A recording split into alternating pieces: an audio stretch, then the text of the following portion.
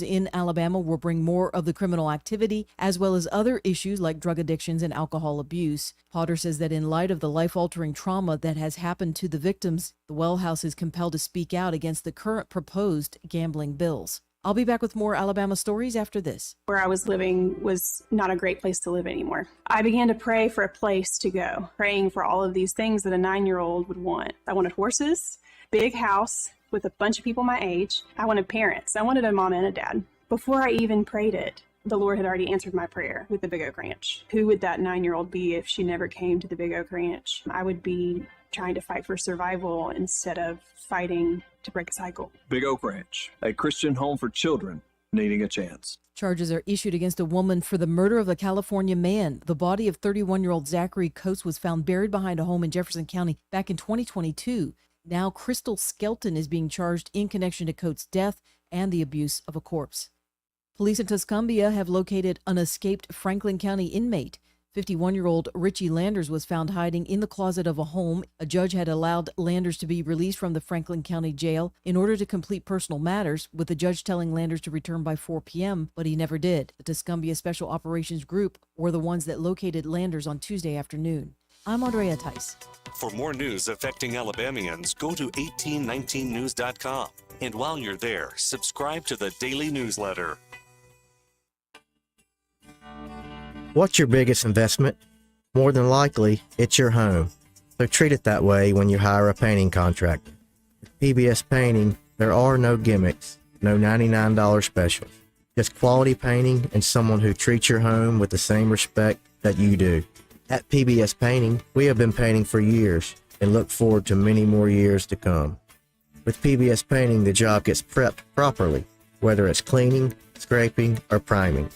We always use quality products, which is a must for a quality paint job. So if you're looking for a painter that doesn't need upfront money and is on the job at all times, then please give me a call. Scott Bowers and PBS Painting, 294-5122. That's PBS Painting, 294-5122. Look at some of our work on Facebook at PBS Painting Montgomery. The Health and Wealth Show. The Health and Wealth Show. The show so nice, we said it twice. Weekday evenings at 6 on News Talk 93.1 WACV. The Health... Break it up, son. Joke's over, hey? The views and opinions of the following program are solely those of the host and other contributors. These do not necessarily represent those of Liberty Acquisitions 825, Blue Water Broadcasting, its management, staff, or any advertisers.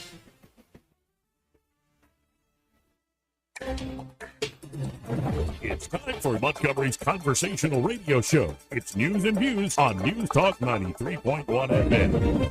To join the conversation, call 272-9228.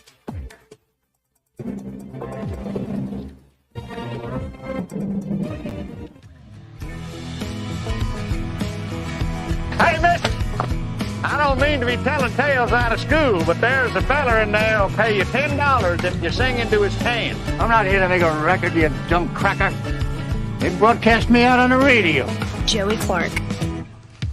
Welcome into News and Views in the afternoon, or if they're calling it online, Joey Clark Live.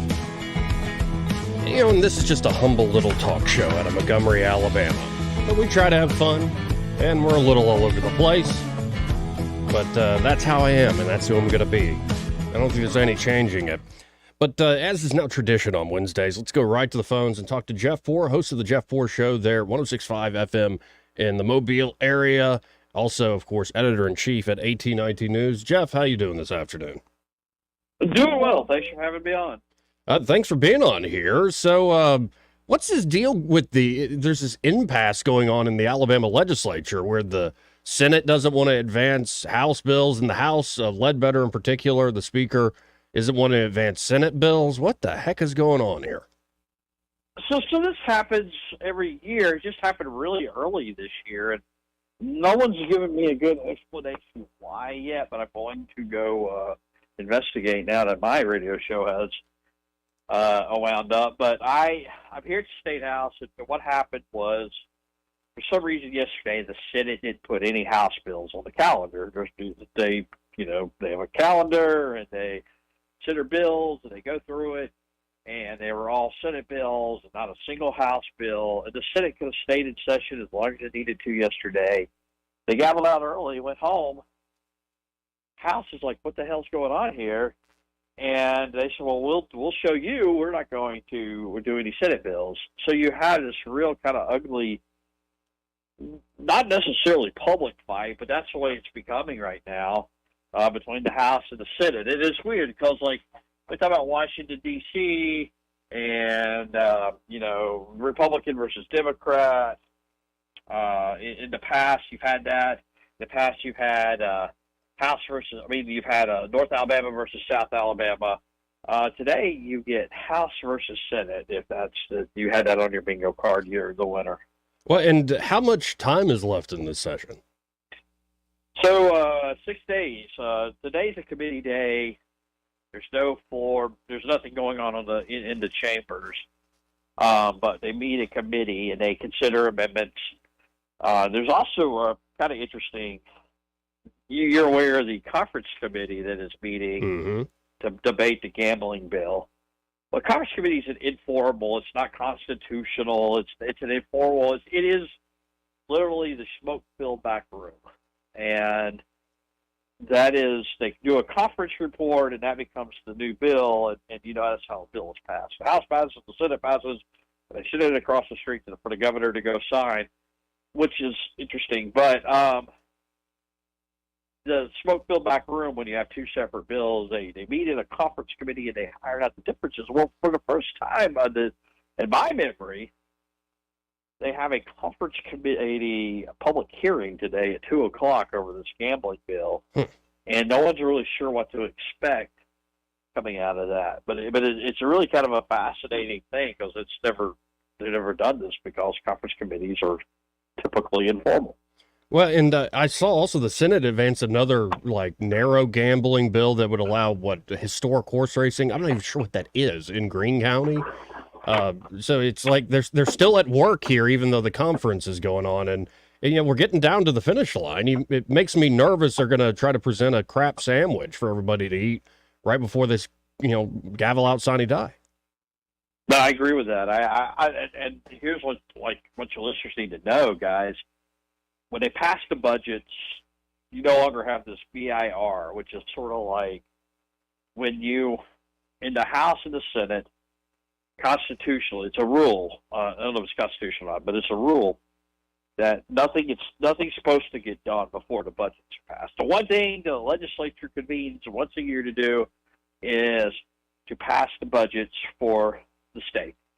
And what they do, if you want to override that, you can override it, but it takes a 2/3 vote of each chamber, and that makes it more difficult to pass a lot of bills because essentially instead of having an up or down vote, a simple majority vote to get something through, you're going to need a lot more members to get it through, and that really slows things down until the budgets are done.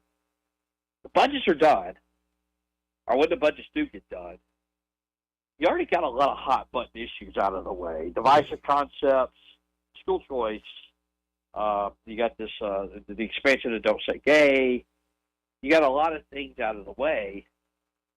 Might they use this time instead of passing the controversial social issue stuff to try to get through something, Medicaid expansion, gambling, or whatever it may be?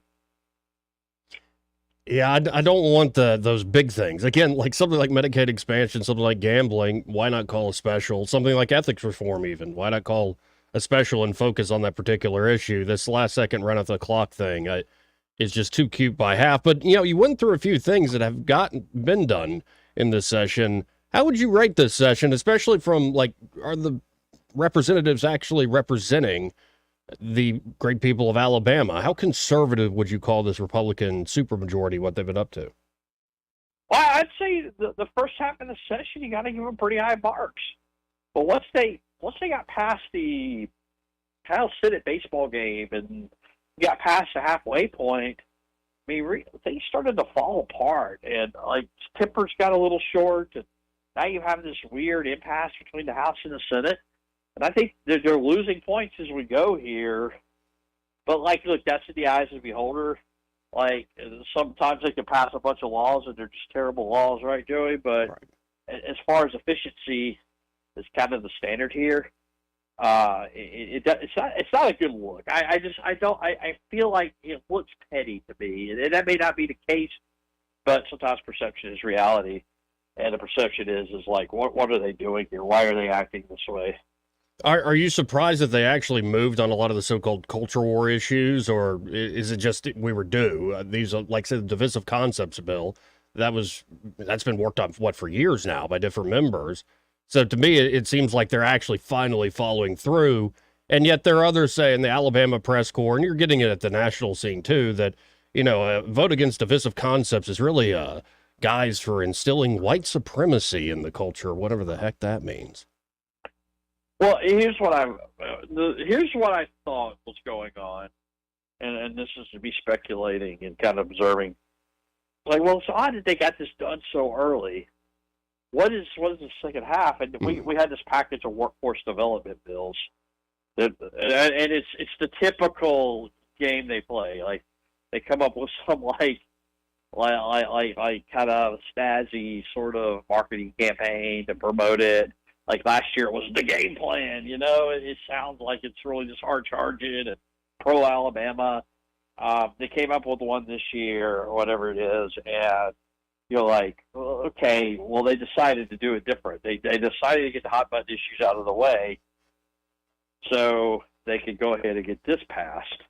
And they got a lot of these workforce things done. We're going to hear a lot about the child care tax credit and workforce participation and all these things. And I mean, I don't know necessarily the role of government, but this is going to be something they're going to hang their hat on. But it was just peculiar to me that historically they've used the very beginning of the session, even called a special session sometimes within a session, to get the quote-unquote workforce economic development packages done. And this time they waited till after halfway to do it. Why did they choose to do it that way? Yeah, well, and it's kind of like, let's invite everybody to the party, do all the big stuff at the party, be like, the party's over, but then there's an after party, and then the after party.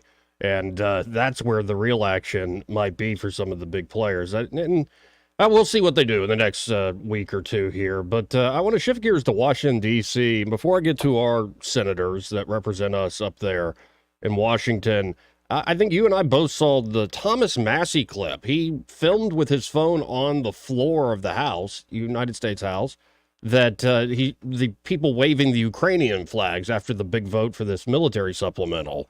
And apparently Massie was being threatened by the sergeant at arms for even filming that. Have you ever seen, in all your days of working and covering this stuff, have you ever seen something like that? Yeah, I mean, it's the rules to do what he did. They're real strict about that. If you've ever spent any time on Capitol Hill, like, this is kind of silly here. They get mad at you for wearing blue jeans in the building, but up there they're real strict about where you can use electronic devices. I went up there.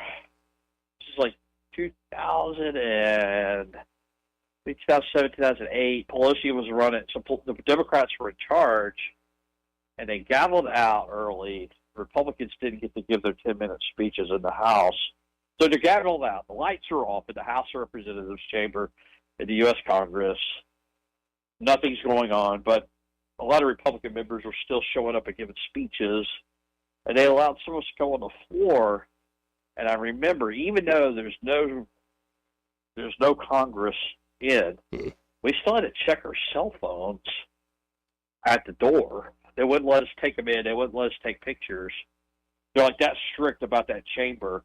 So, members obviously are going to be able to carry their phones, but I think the rules say that they can't film. And they, when you watch C-SPAN, Joey, they don't show anything but like one angle. Right. That's all on purpose. They don't want you to see the discussions going on the floor. They don't want you to see any of that. Because I guess they say they don't want you to see the inner workings, which is not very transparent. But no, it doesn't surprise me at all, because those are the rules of the chamber, and they do that on purpose to they say it makes it run more efficiently. Well, and what a scene, because from the C-SPAN angle, they're recognized, I think one of my favorite new House members, Anna Paulina Luna, I think she said something to the effect of put those damn flags down and, jeering. And it's like, man, look at our government at work. These people are, they're really doing their part. Should that be embarrassing? Like that, I mean, I just saw that, and I mean, I just feel the vomit coming up my esophagus when I saw that. Right. Well, and I'm at the point, I'm very much in the camp of, and I'll play in a second, folks, a speech Coach Tuberville, Senator Tommy Tuberville put out there on this Ukraine funding. Why are we continuing to fund a war that we know can't be won?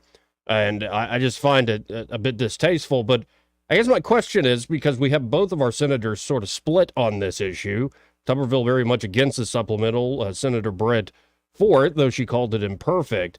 Are we back to the days where, you had your Shelby working behind the scenes, that would be Britt now, and your, say, Jeff Sessions being the big conservative firebrand? And to add to that, are you surprised that Tuberville became that firebrand in the way he has at this point?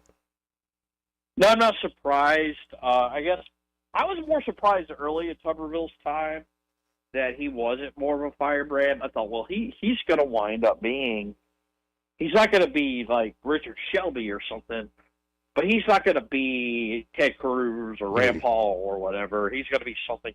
But he has kind of left that behind since Katie Britt's arrived to become more of a, especially with the hold on the military abortions.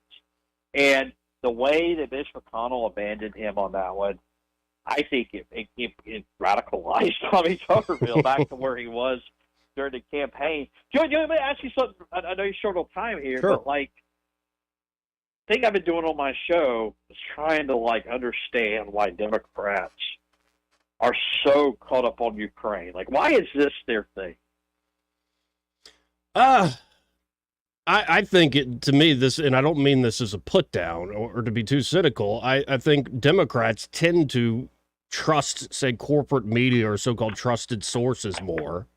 And if you look at corporate media, there are a few dissident voices, not many, especially once Tucker Carlson was kicked off. You look at the New York Times, Washington Post, they're all gung-ho for this thing. And then you add to it the Hillary Clinton saying Russia helped Trump steal 2016, and everything became about Russia. Well, the logical conclusion of that is, okay, let's start killing Russians. And I think that explains some of the fervor there.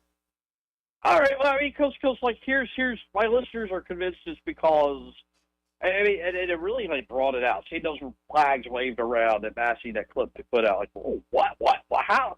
I don't even get that enthusiastic over Auburn football, right? Look at these people. Why are they so into this? And so, my listeners are convinced it's because they are Zelensky's got Biden by the crosshairs, and he's ready to just unload all the oppo about him and Hunter. And they're convinced there's some corruption angle there, and I don't know that to be the case. There's what you said about stealing, the allegation that Putin stole the election in 2016, and that's why. But I think big picture wise, what does Russia represent? What does Ukraine represent? When I think culturally, Vladimir Putin is like a guy who, and he's using it for his own nefarious purposes. But he wants to do away with LGBTQ. He wants to go. He's against all these progressive cultural values. It's all about him staying in power and making Russia the Soviet Union again or whatever. But I think there's something to that, and I think culturally the left, the think tank left, is worried about that becoming something that catches on in Europe. See, okay, so I was thinking of the dopes that are kind of bought and paid for, the elected officials, and folks are very impressionable. They kind of do what they're told. If you're talking about the true elite that actually run things, the think tank world, the university world, many folks in the State Department, yada, yada, yada, I think you're right over the target. Putin has characterized Russia and Moscow as the third Rome, and then more so as the bulwark against this, the Western hegemony, against the unipolar power that is the United States, which backs NATO and all this other stuff. And I think they're rightfully concerned, in my humble opinion, would be a long conversation, that they're sort of playing into Russia's hand here, but they're rightfully concerned about, for lack of a better term, the BRICS nations rising up. and Russia is being very recalcitrant about this. Where I'm shocked is, like, if you just study geostrategic thinking, a land power like Russia, almost every land power will destabilize and mess with their neighbors. This is not anything new under the sun. And the fact that we freak out about it, it suggests that, yeah, maybe this is a challenge to the monetary order. It is a challenge to the march of history coming from the West and the liberals. So, yeah, you might be onto something there, that Putin's sort of a thorn in their side on a cultural, deep philosophical level. Yeah, but it's just like, what? You think those people on the floor of the House were just like, they've just bought into the narrative put out by the media, but what's driving the media narrative, deep down, if we get down to it, right, it's not the silly Burisma, it's not silly 16. It really is like a shift in the world order that the elites, the Davos crowd, those guys are really worried about. I think that's absolutely right. And you can include a lot of Republicans too, more of your neoconservative camp, but a lot of them are still very strong. They've been worried about Russia since Putin gave that speech, the Munich Security Conference in 07, 08. There was John McCain sitting right there, the Secretary of Defense, Robert Gates, and Putin essentially told them, that's nearly 20 years ago, that this isn't going to fly. And we've been somewhat on a collision course since then. And I love playing the counterfactual history game. Like, what if, when Putin brings up joining NATO, if Clinton and Clinton's handlers actually said, yes, could we have had a better world infrastructure? Maybe it brought Russia more into the fold. But we are where we are now, and I'm looking at it. I'm not an expert necessarily, but it seems to me like a war that can't be won, and we're fighting to the last Ukrainian. Well, and just like, why do I drive around my liberal neighborhoods and around Fairhope and see Ukrainian flags in the yard?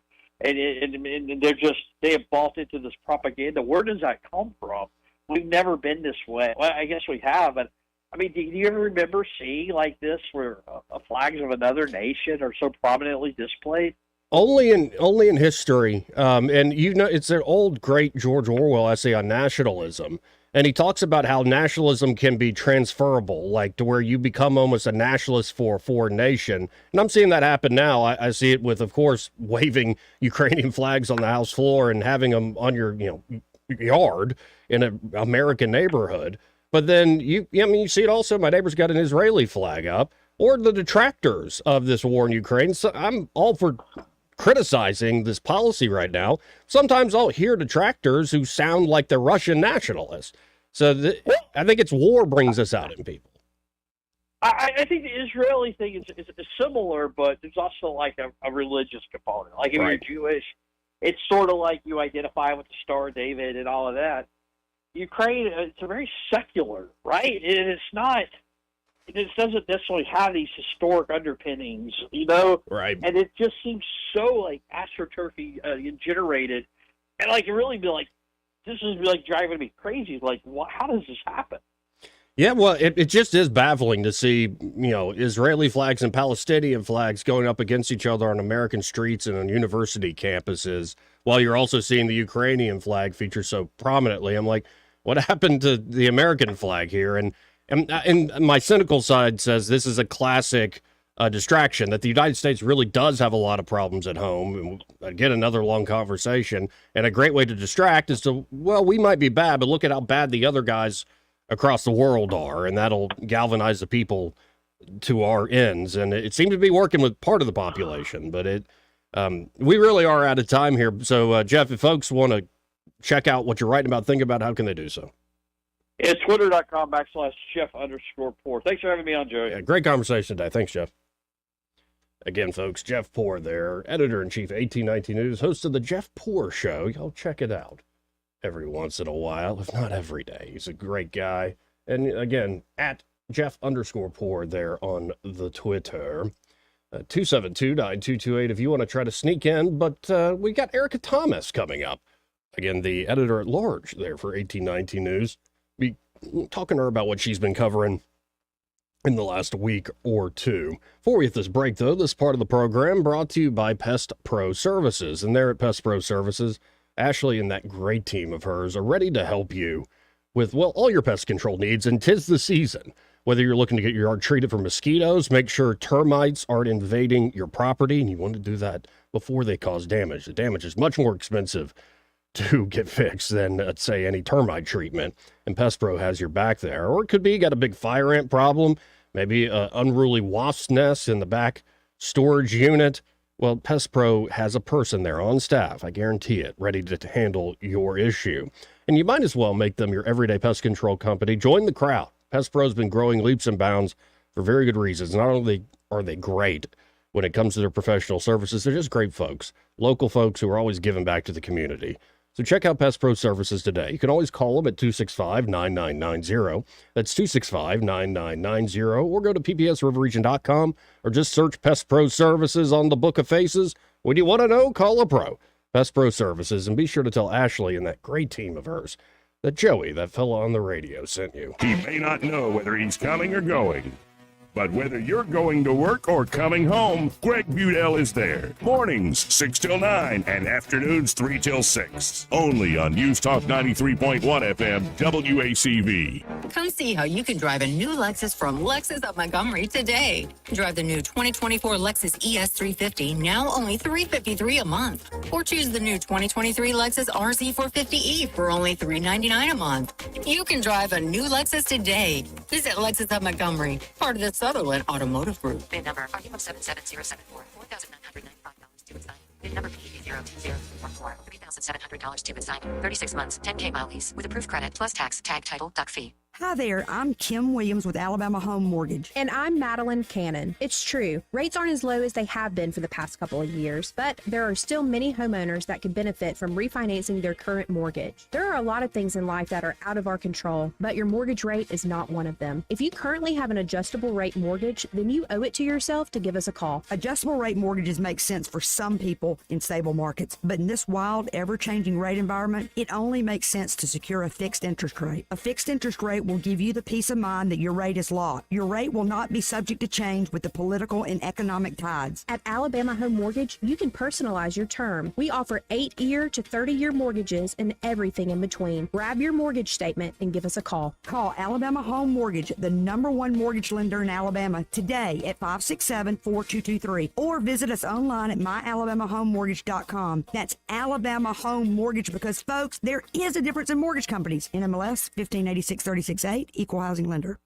Willie Nelson, Waylon Jennings, Chris Christopherson. Before they were legends, they were lost souls looking for their sound. You want to be a songwriter? No, Willie, you are a songwriter. Discover the true, untold story of Sue Brewer, the extraordinary woman behind outlaw country music, starring Mandy Moore and featuring T.J. Osborne. They call it the Boar's Nest. It's just my apartment, but you never know who will show up. In a new scripted Audible original. Any advice? Yeah, to steal something whiskey can't. The Boar's Nest, Sue Brewer and the birth of outlaw country music. Listen on Audible.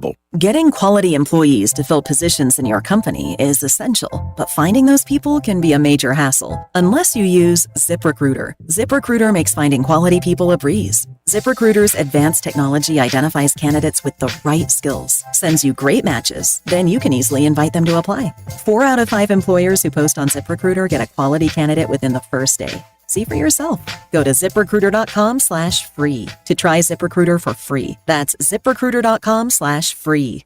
For too long, Alabama's statewide news companies have shamed us for our conservative Christian values. Alabama deserves a news company that cherishes our culture, a company that isn't bought and paid for by the powers that be. 1819 News is that company. Run by Alabamians for Alabamians, 1819 News celebrates what is good and beautiful about our state, while exposing those who work against our values in secret. Just go to 1819news.com to learn more. Subscribe to our newsletter. That's 1819news.com. The Rich Thomas Weather Network, brought to you by Montgomery Paint and Body. From a little fender bender to total body repair, MPB will fix it good as new, maybe better. For over 35 years, the Turner family has been getting you back on the road. Call 279-7325. Rich Thomas Weather. Hi, everybody. Our temperatures are moderating in a very nice way, and the rain chances, although not zero, are very low today and tomorrow. Sun and cloud mix with a high today up to about 81. Not as cool tonight, overnight low temperature 58. Tomorrow, the warmth continues with a high around 82. Partial sunshine. I think we'll be in the middle 80s Friday, Saturday, and Sunday. Still dry, good bit of sunshine, too. So a good weekend forecast. From Blue Water Weather Center, this is Rich Thomas. We're redesigning financial freedom at CB&S Bank. Make purchases at participating stores and restaurants using your CB&S Bank debit card through your mobile devices with Mobile Wallet. Charges and fees may apply from your cellular service provider. Contact your service provider for more information. Member FDIC. Hey there, I'm Kim Williams with Alabama Home Mortgage. Our partnership with Blue Water Broadcasting has reached thousands of listeners in the river region. People listen, people call. Now there's mortgage savings for us all. Blue Water Broadcasting is the #1 most listened to radio group in the river region. Find out how to put this reach to work for your business. Call us to find out how we can help. Blue Water Broadcasting. Local folks helping local business. Live local talk. The River Region's only 24-hour News Talk FM station. News Talk 93.1 FM WACV.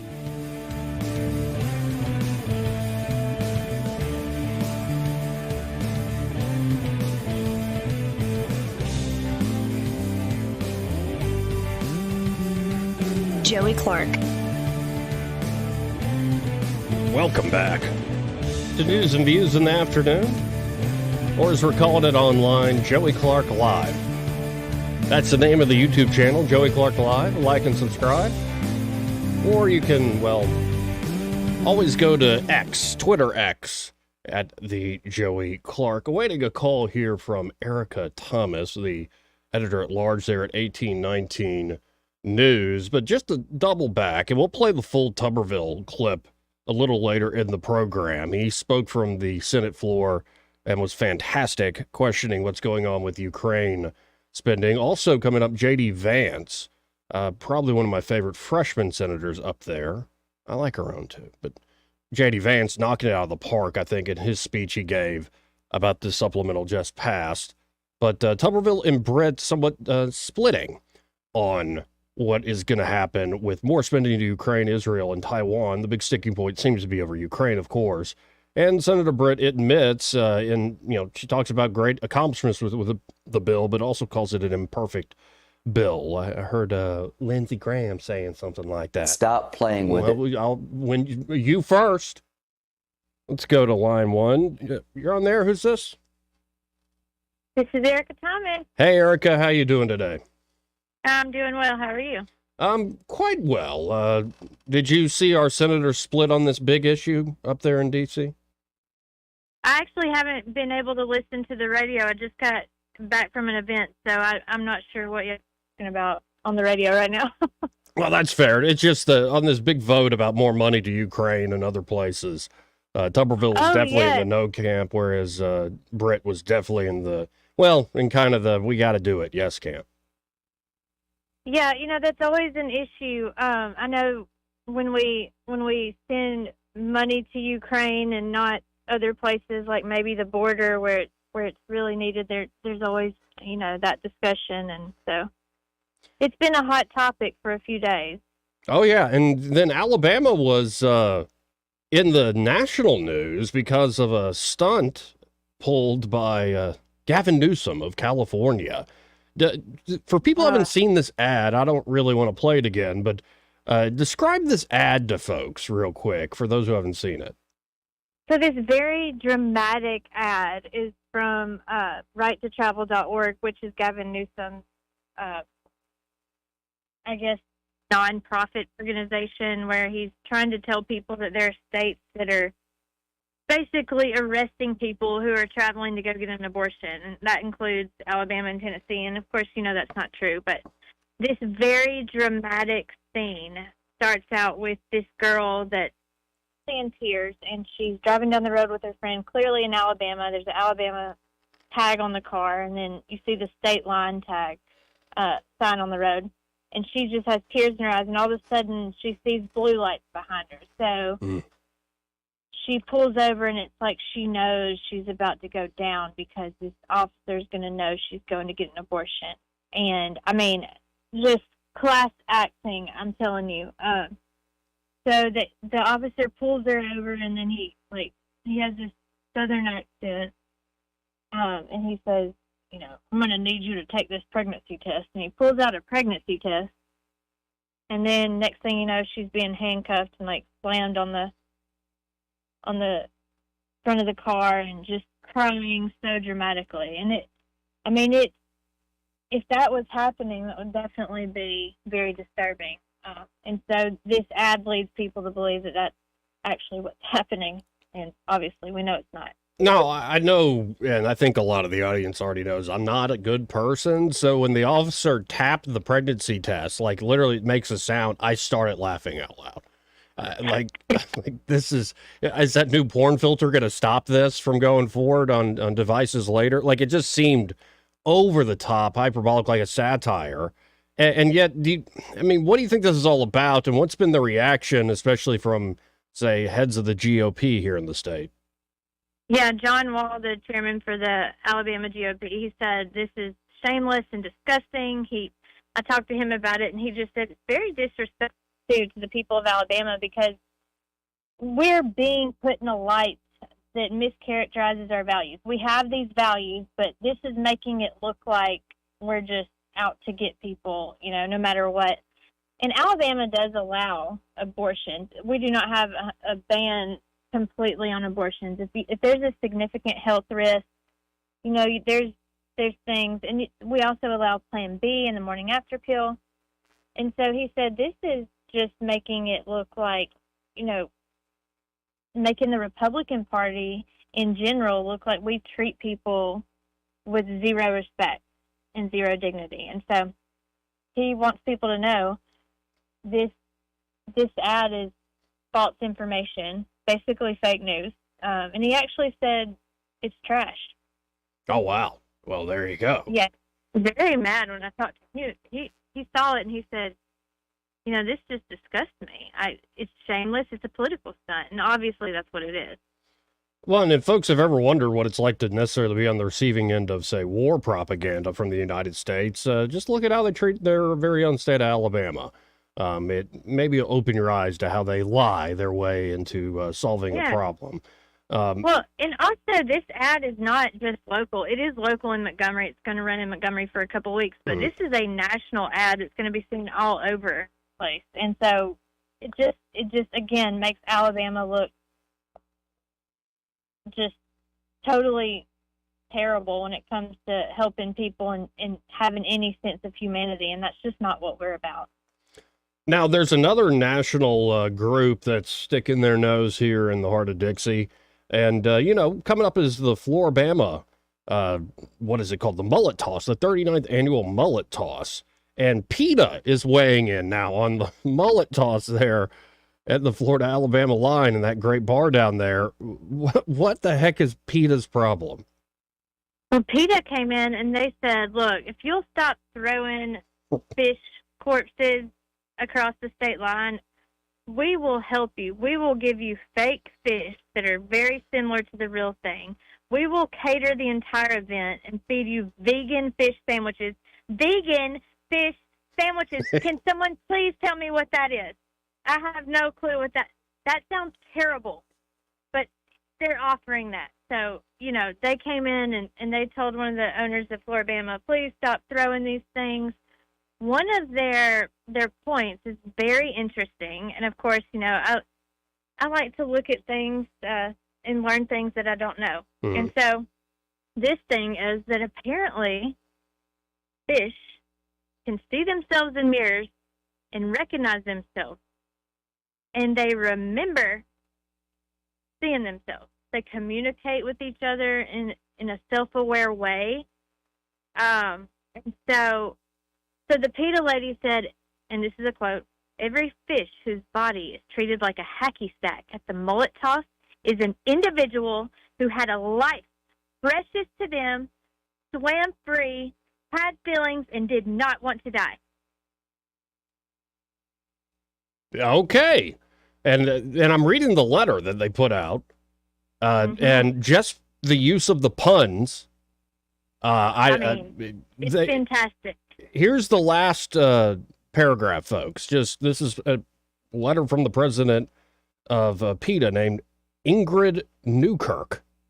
And here's the last paragraph. We're not here to confiscate the fun. Well, with a pun like that, I think you are. Throwing a rubber or plastic fish rather than a dead one would be a fun, challenging, and enjoyable, but also positive A first ever fish-friendly fling could even lure our mascot Frida fish to line up to get it on the act. Will you please mull it over? Oh, my God. It's a lot. It's a lot. And I think everybody should go to 1819 News just to read this letter. It's fabulous. 1819news.com. It's under the news section. This letter is fabulous. You learn so much about fish. I mean, they're violently slaughtered.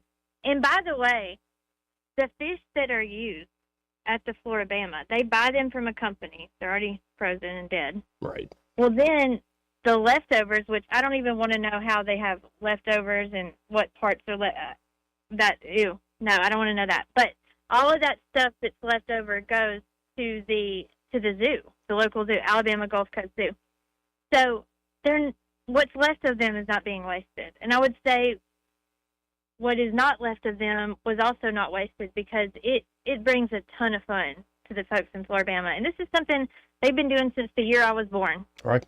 So 39 years. That's a long time to have something that grows every year and is that popular and so much fun. And they have not stopped doing it. So, I mean, kudos to them throwing them dead fish, you know? Yeah, well, I'm still going to eat fish and I'm probably going to cook a steak tonight. But I just looked up for yours and mine and the audience's edification. What is in a vegan fish fillet? What is it made of? List of ingredients. The number one ingredient, water. And then soybean fiber, soybean protein, soybean oil, tapioca starch, spice, raw cane sugar, sea salt, white pepper flour, yeast powder, and natural vegan flavor, whatever that is. Natural vegan flavor. I need to look that up now. But that doesn't that sound delicious, all the soy? I just want to point out that yeast is a live organism, so you know it's a living organism, and these PETA people want to kill all of the yeast organisms, and that is just very sad.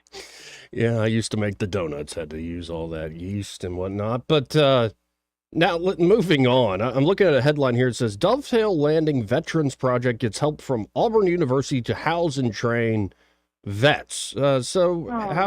How's this going down there with Auburn and this organization? This is definitely one of my favorite organizations in the state, actually. You know, I've worked all over the state, and I was a member of the Legion Auxiliary. I've always loved to help veterans. It's been something near and dear to my heart. And so I found out about this through Alabama Veteran, which is based out of Hoover. And Alan Cook, the CEO there, he told me a couple of years ago, he said, hey, we're about to come up with this new place called Dovetail Landing. It's going to be a residential community. We're going to offer, you know, longer-term residential options for veterans and their families. We're going to train them on site on how to not only get back into the civilian life, but to do really big jobs. You know, they're going to teach them how to use heavy machinery, or they have all kinds of therapy on site. And this isn't built yet. This is something that they're building now. And so Auburn University decided to jump in and help, and they're going to build the first tiny home on the property. And this is all in Lincoln where this is being built. But Auburn University said this is a great opportunity for us to get involved and help our veterans. I love this idea. Yes. That's really cool. So is there a way for veterans who are interested, want to look how to get involved? Or if somebody's not a veteran but wants to support them, I'd imagine there's ways to donate, help out? Yes, there are 3 links in the story on 1819news.com. 2 of them go to Alabama Veteran, and the other link goes to the Dovetail Landing Project, where you can directly donate to that project. Now, they've gotten grant money, but even trying to get grant money for such a great project can actually be very challenging because this isn't up and running yet. So they're having to sell an idea. But they have tons of large companies behind them. They have the Alabama Department of Veteran Affairs behind them, Vulcan Materials, Honda, Norfolk Southern, and then the Talladega County Commission and the City of Lincoln are in on this. Also, Senators Katie Britt and Tommy Tuberville have helped out. So this is going to happen, and it's going to be a great place for veterans to go. And as you know, veterans in Alabama definitely struggle sometimes with mental health, and the help just isn't there. So this is going to be a place where they can go. They can talk to other veterans that are dealing with the same issues, and Alabama Veterans and Dovetail Landing will help them through every step of the way. Well, I appreciate you writing that story up. And again, folks, just go to 1819 News if you want to check it out. Again, that's 1819news.com. And that's where, if folks want to find all what you're writing about, think about 1819news.com, Erica? Yes, that's where you can go, and you can email news at 1819news.com, and we can respond to you there. And then my email is erica.thomas@1819news.com. You can also find that at the bottom of any of my stories. Well, appreciate the time as always. We'll talk again next week, if not before. Thank you. Thanks, Joey. Bye-bye. Again, Erica Thomas there. Always great having her on the program. Again, 272-9228 if you want to join in on the fun. After the top of the hour break, we got a quick one right here, but after the top of the hour break, we will have Jessica Taylor. I think y'all remember Jessica Taylor. She will be calling in to talk about, well, the changes recently made by the Biden administration to Title IX. So I look forward to having Jessica rejoin the show. She wrote up a great op-ed there at 1819 News. I wanted to give her the radio airwaves for a few minutes to lay out what's so bad about these changes. I have an inkling, but be good to share from her perspective. Now, before we hit this break, this part of the program brought to you by River Region Contracting. And there at River Region Contracting, well, Todd Clark and his team are ready to help you with that roof of yours. They love to educate their customers when it comes to their roof. You know, it's one of the biggest parts of your home, and you should get regular inspection done. You know, some manufacturers are saying asphalt or metal roof should be inspected every 3 to 5 years for basic preventative maintenance. Eddie and I have been suggesting that, well, do it every year with these Alabama elements. And here's the great news. When you work with River Region Contracting, when you call them up at 356-8635, that inspection is free. And if they do find a problem, the estimate is free and always accurate there. And they're a team of insurance specialists. So if they do find a problem with your roof, your insurance might pay for, they can walk you through that claims process, make it an easy and swift experience. So getting that number for River Region Contracting, 356-8635, 356-8635. And be sure to tell Todd Clark and that great team there at River Region Contracting that Joey, that fella on the radio, sent you. Want to carry News Talk in your pocket? Download the News Talk 93.1 app from the App Store. Available on iPhone and Android. Never miss a moment. Download now. Fresh deals, fresh inventory. Spring savings have sprung at Toyota of Montgomery. And we have a fresh new inventory of the new Toyotas you've been looking for. Take that spring trip in style, comfort, safety, and peace of mind in our huge selection of trucks, SUVs, and sedans. Drive the new 2024 Camry LE and lease for $299 a month. Or get low 3.99% APR financing. Spring out of your old car and into a new Toyota. And get up to $2,000 over book value for your trade. Or check out our fresh new inventory of certified pre-owned Toyotas that look, drive, and even smell brand new. Just don't wait. Spring offers end soon at Toyota of Montgomery. Online at toyotamontgomery.com. Part of the Sutherland Automotive Group. 3.99% APR financing for 36 months is $29.53 for 1,000 finance. MSRP $30,958. 12,000 miles per year for 36 months lease with $36.38 due with finance. $0 security deposit with approved credit. Excessive wear, tear, and mileage may affect trade value. Plus tax, tag, title, and $995. Expires 4/30/24. Big news! The biggest and best compact track loader has come to Thompson Tractor in Montgomery. It's the next generation Cat Compact Track Loader. With more power and a larger cab, this machine will boost your productivity and your business. Right now, Thompson is offering special deals on existing compact track loaders to make way for the new machines. So come to their new Cat Compact Track Loader Demo Day on May 9th from 9 a.m. to 3 p.m. at 10120 Highway 80 East in Montgomery. Call 334-215-5000 for more details. At Guardian Credit Union, we believe that banking should be personal, just like the relationships we build with members. Imagine a place where you're not just a credit score, but a valued part of our community. At Guardian, our dedicated team takes the time to listen, understand, and tailor financial solutions that fit your unique needs. From buying a car to saving for college and even starting a small business, we've got you covered. Come experience the Guardian difference and let's achieve your financial goals together. Guardian Credit Union, where you belong. Federally insured by NCUA. On FM, on your smartphone, and online, the River Region's most trusted voice. News Talk 93.1 FM WACV. Welcome back, folks. Again, you're listening to News and Views in the Afternoon, or as we're calling it online, Joey Clark Live. Again, like and subscribe if you want to join on YouTube. It's just Joey Clark Live. Search that. Or at the Joey Clark on Twitter or X platform, whatever we're calling it these days. And folks are pointing out that I named this live stream Thursday with people. Well, in my mind, it is Thursday. I wish it was. See how I'm doing already this week. But again, 272-9228 if you want to hop in on the program. That's 272-9228. And you might have heard it earlier today on these airwaves, but it is true. Joe Biden, you know I'm talking about, the president. He is contemplating a new executive order that would give amnesty to over 1 million undocumented immigrants who are married to U.S. citizens but were ineligible for green cards.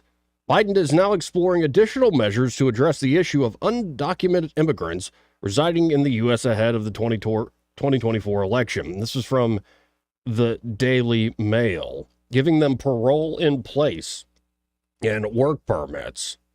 The Parole in Place program will allow spouses of U.S. citizens who were initially denied citizenship to reside in the country legally. The program will address the primary reason for denial, such as repeated illegal entry into the country or forging legal documentation. Under the program, temporary status would allow immigrants to obtain work permits and establish a pathway towards citizenship.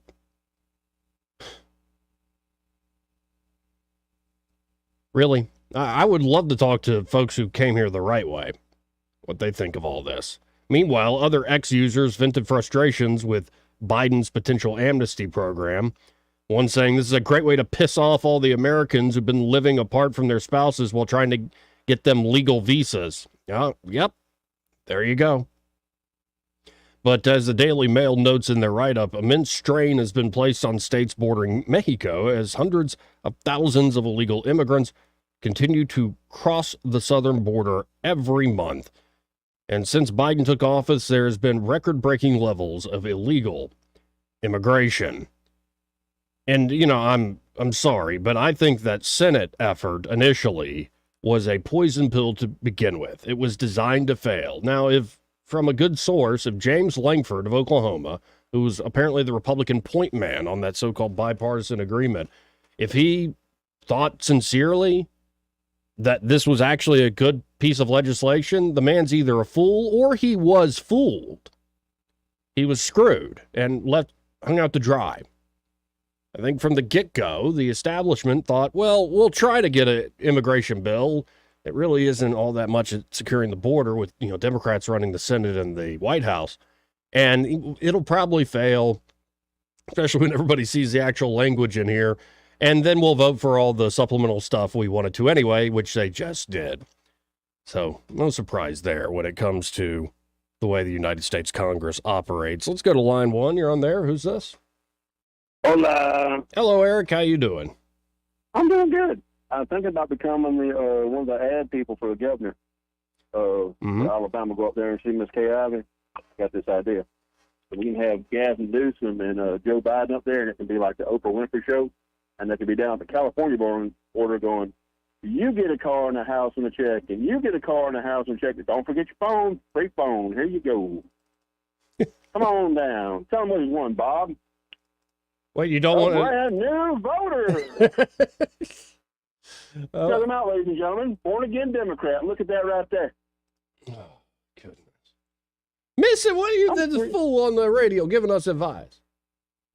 My bad, sugar. I thought there was some rum in that cabinet, Rochelle. Just that old rubbing alcohol. Which, okay.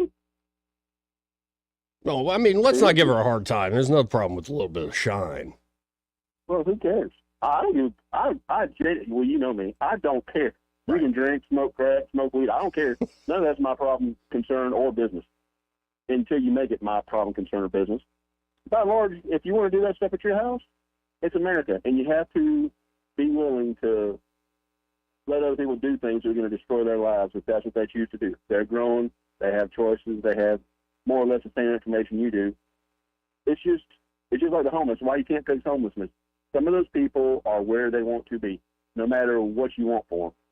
That's what they want to do. That's where they're going to be, and that's the end of it. Period. Free choice. I think we could just look, and there's a fine line, I'm sure. But the practical part of this is we can't. We're 335 million people in the United States. You're not going to be able to make laws that suit everybody. But we don't need to be making laws that suit a particular group of people above everybody else. Well, that means we'd have to get rid of the government. What? I'll tell you what. I got a new standard. We'll issue every one of those people up there in Congress and the Senate and the executive branch. We'll issue them all a copy, free of charge to them, a copy of the United States Constitution. And we can say, if you can highlight the portion of this where your entity exists, we'll have further debate. But if you can't, you're gone. Well, and they'll probably in this document. Yeah, but they'll probably say back that document ain't going to enforce itself, big boy. Good luck. What are you going to do about it? We'll do what we want. Well, that's what they're doing right now. Right. So what's the point? So I can go down and enforce the border, and I'm a criminal. They knowingly allow people to break the law and come across the border, and they're the government, and they can. So I'm supposed to sit down and shut up and take it. I'm about done to be sit down and shut up and take it. You know, that does something to me on the inside. I know. I'm right there with you, man, but don't give in. Don't give in. There's still happy things. Like, go look at cat videos or something. But not too long. Maybe try a sauna. I tried a sauna this morning. Maybe. What do we do, Jordan? In all seriousness, what do we do? We started our local school board. How many of us is it going to take over how many school boards to start this fight? I mean, and where do we start it? Well, and it's going to continue, like I've been saying, to put pressure, talk about these ideas now that we have different avenues to speak our minds. And it won't be most of us, the vast majority of us, who are actually the ones that make the huge difference. Our role is to follow somebody, champions, many of them, I hope, that show up and show us a way out of this system. And maybe that'll be some people we know, maybe not, but that's how it's going to work. But I got to hit this top of the hour break, man. Appreciate it, Eric. All right, brother. Yes, sir. Eric the dog, folks. Let's hit this break. Jessica Taylor joining us on the other side. Broadcasting from the Riverside Chevrolet Master Control Center, this is WACV Cusana, News Talk 93.1 FM. When it's Chevy, it's Riverside. With SRN News, I'm John Scott. Supreme Court justices are raising questions about whether state bans on abortions during medical emergencies conflict with federal health care law after the ruling overturning Roe v. Wade. The case being heard will determine when doctors can provide abortions during medical emergencies in states with bans enacted after the Roe v. Wade ruling. Columbia University officials say they will continue talks with pro-Palestinian protesters for another 48 hours. University President Manoush Shafiq had set a midnight Tuesday deadline to reach an agreement to clear the encampment, but about 3 a.m. the university extended that, saying it was making important progress. The Dow is down 73 points, but the Nasdaq now up 15. This is SRN News. Donald Trump's indictment proves that saving America is not going to be easy. There are entrenched powers that are fighting this with everything they've got. They want to keep control over the country, the narrative, and the nation's money supply. Hi, I'm Lance Wallnau. I'm a news analyst, a Christian author, and evangelical leader. I speak to millions of people every week, people just like you. You see, what the elites are doing is using inflation and government handouts and now central bank digital currencies to determine how they're going to control America. And that's why I recommend all Christians start a gold IRA from the Birch Gold Group. Because physical precious metals are one of the few ways you can maintain control over your own savings. To get a free info kit on gold IRAs, text the word FAITH to 989898. Birch Gold Group is the only gold company I trust. Get their free info kit and you'll see why a gold IRA can help you. There are no strings attached. Text the word FAITH to 989898 and you're going to be blessed by taking action right now. Rich Thomas Weather, a service of Wiley Sanders Truck Lines, where dump truck drivers are in demand. Wiley Sanders is on the grow. We need dump truck drivers now. Call 855-77-9785. Rich Thomas Weather. Hi, everybody. Our temperatures are moderating in a very nice way, and the rain chances, although not zero, are very low today and tomorrow. Sun and cloud mix with a high today up to about 81. Not as cool tonight, overnight low temperature 58. Tomorrow, the warmth continues with a high around 82. Partial sunshine. I think we'll be in the middle 80s Friday, Saturday, and Sunday. Still dry, good bit of sunshine, too. So a good weekend forecast. From Blue Water Weather Center, this is Rich Thomas. Web Bobo with Capital Tractor. The Z700 series is the star of Kubota's line of zero-turn mowers, and our special spring pricing makes it easier than ever to take one home today. Powering Alabama, Kubota and Capital Tractor, Montgomery, Brundage, and Greenville. The Blue Water Broadcasting News Center, these are today's top stories. The Alabama House on Tuesday passed a bill restricting conversations of gender identity and sexual orientation for grades K through 8 in the state. The bill would also prohibit teachers from displaying flags or other images relating to the same subjects in public classrooms. The bill will now go to the Senate. It was standing room only as District 7 residents came to voice their concerns about various issues in Montgomery Monday night. Acting Police Chief John Hall addressed the town hall meeting and answered questions about rampant gun violence and the recent shootings in Montgomery. A bill on the Alabama House calendar would create a state ban on the production and sales of meat produced from cultured animal cells. The bill already passed the Senate by a unanimous vote. Violators would be subject to the suspension or revocation of their food safety permit from the state. From the Blue Water Broadcasting News Center, I'm Sky Mosley. This hour of news and views is brought to you by our good friends at Alabama Home Mortgage. Alabama Home Mortgage, 567-4223. Visit them on the web at myalabamahomemortgage.com. NMLS number 1586368.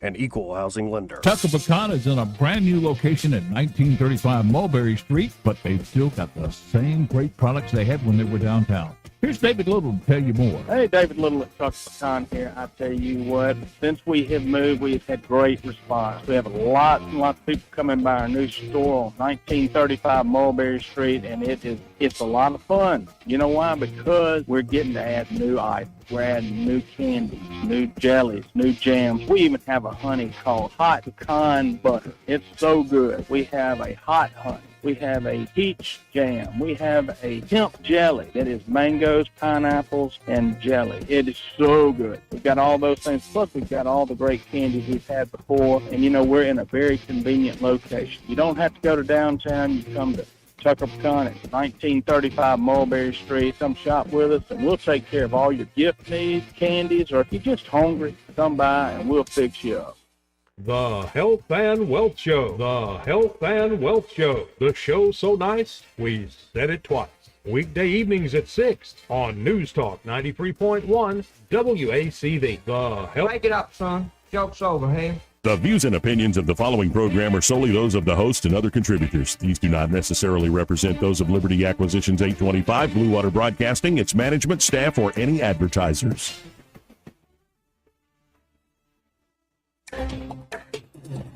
It's time for Montgomery's conversational radio show. It's news and views on News Talk 93.1 FM. To join the conversation, call 272-9228.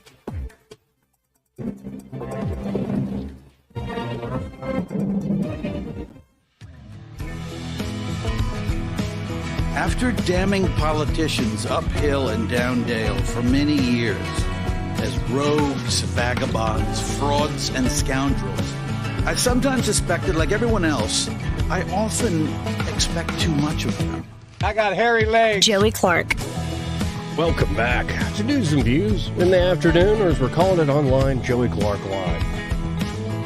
For those of you just tuning in, especially online, this is just a humble little talk show out of Montgomery, Alabama.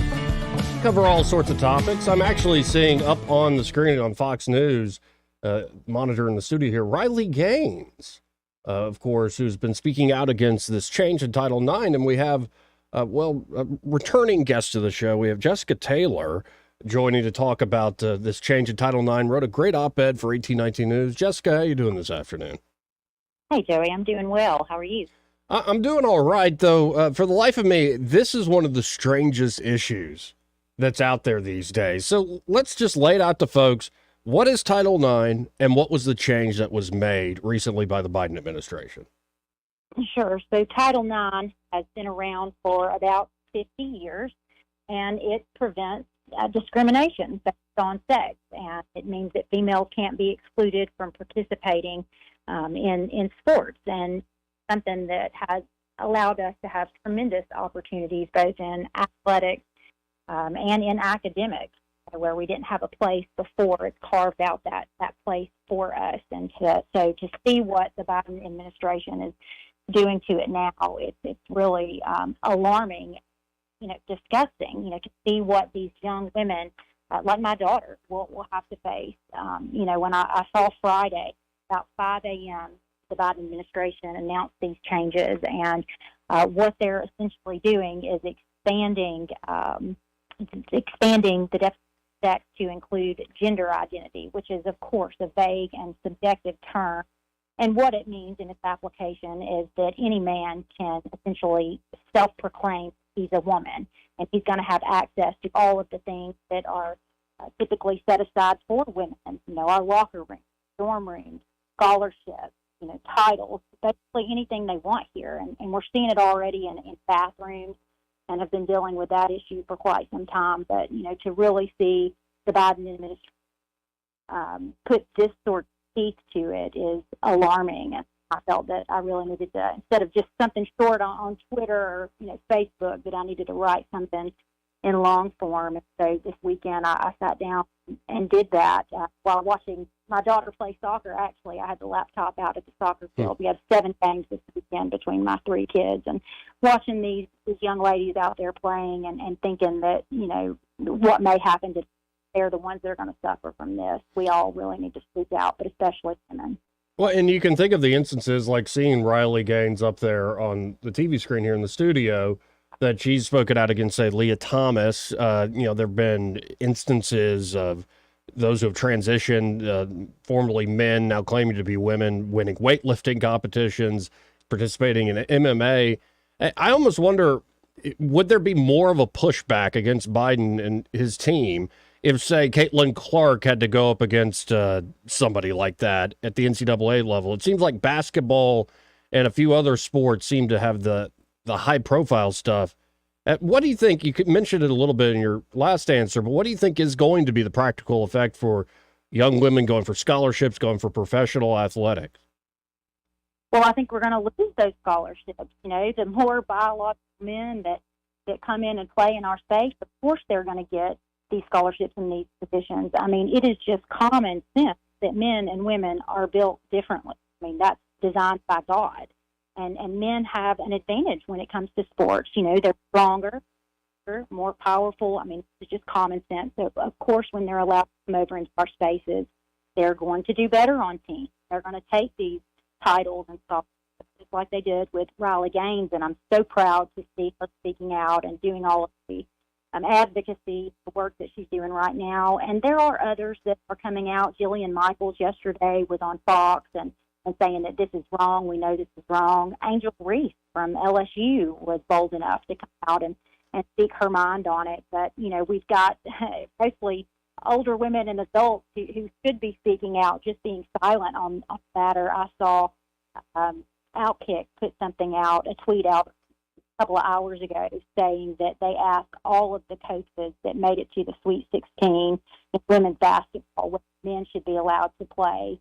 And none of them would comment, of course, other than Dawn Staley, who came out and said she thought men should be allowed to compete against women. So these seeing coaches are sitting there and being silent on this issue, and that's it's terrible.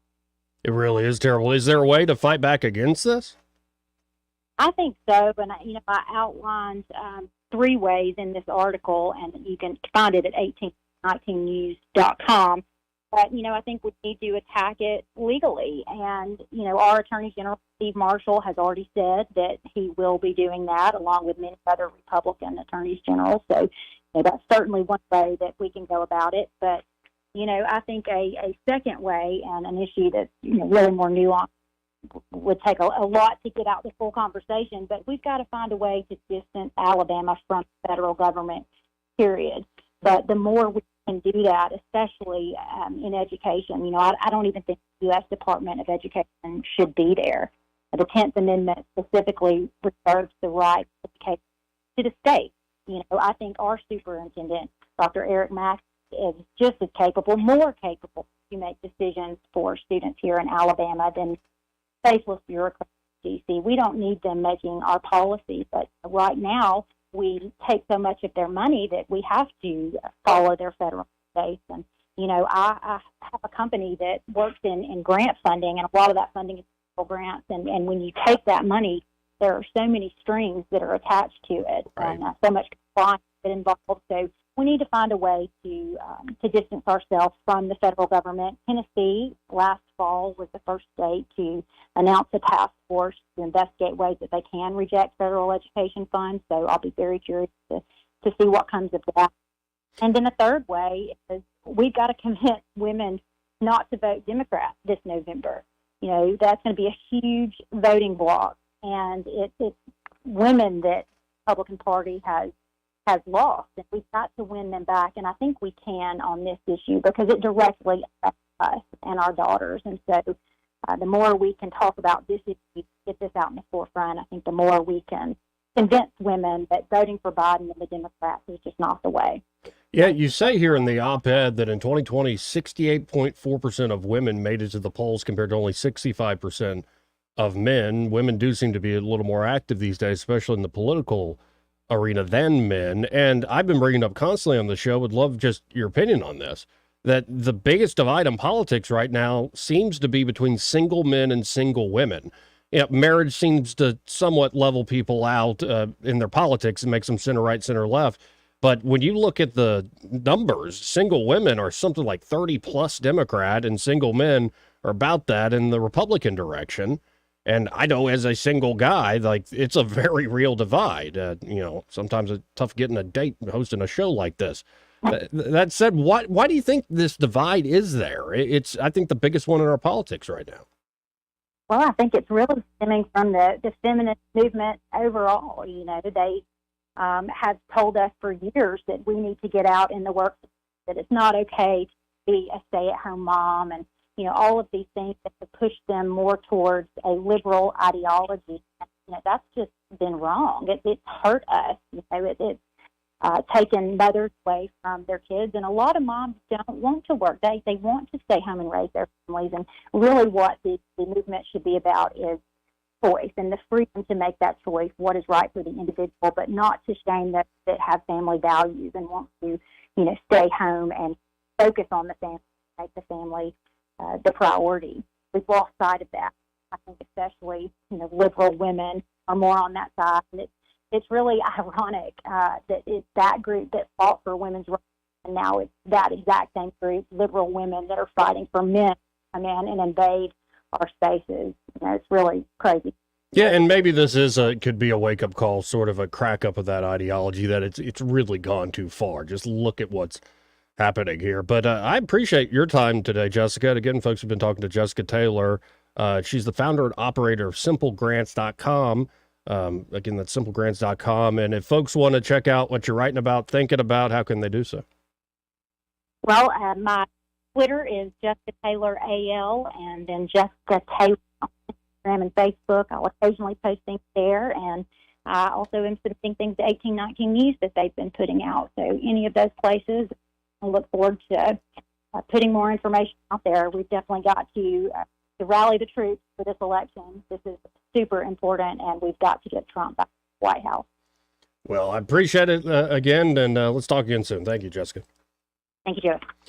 And folks, Jessica Taylor, appreciate her time. Good to hear from her. Former candidate, ran for Congress, I believe, ran for Senate, and she continues to be active, let's say, in the political world. 272-9228. If you want to hop in on the program, again, that's 272-9228. Coming up, I have this speech by Senator Tuberville, Coach, on the floor of the Senate, from the well of the Senate.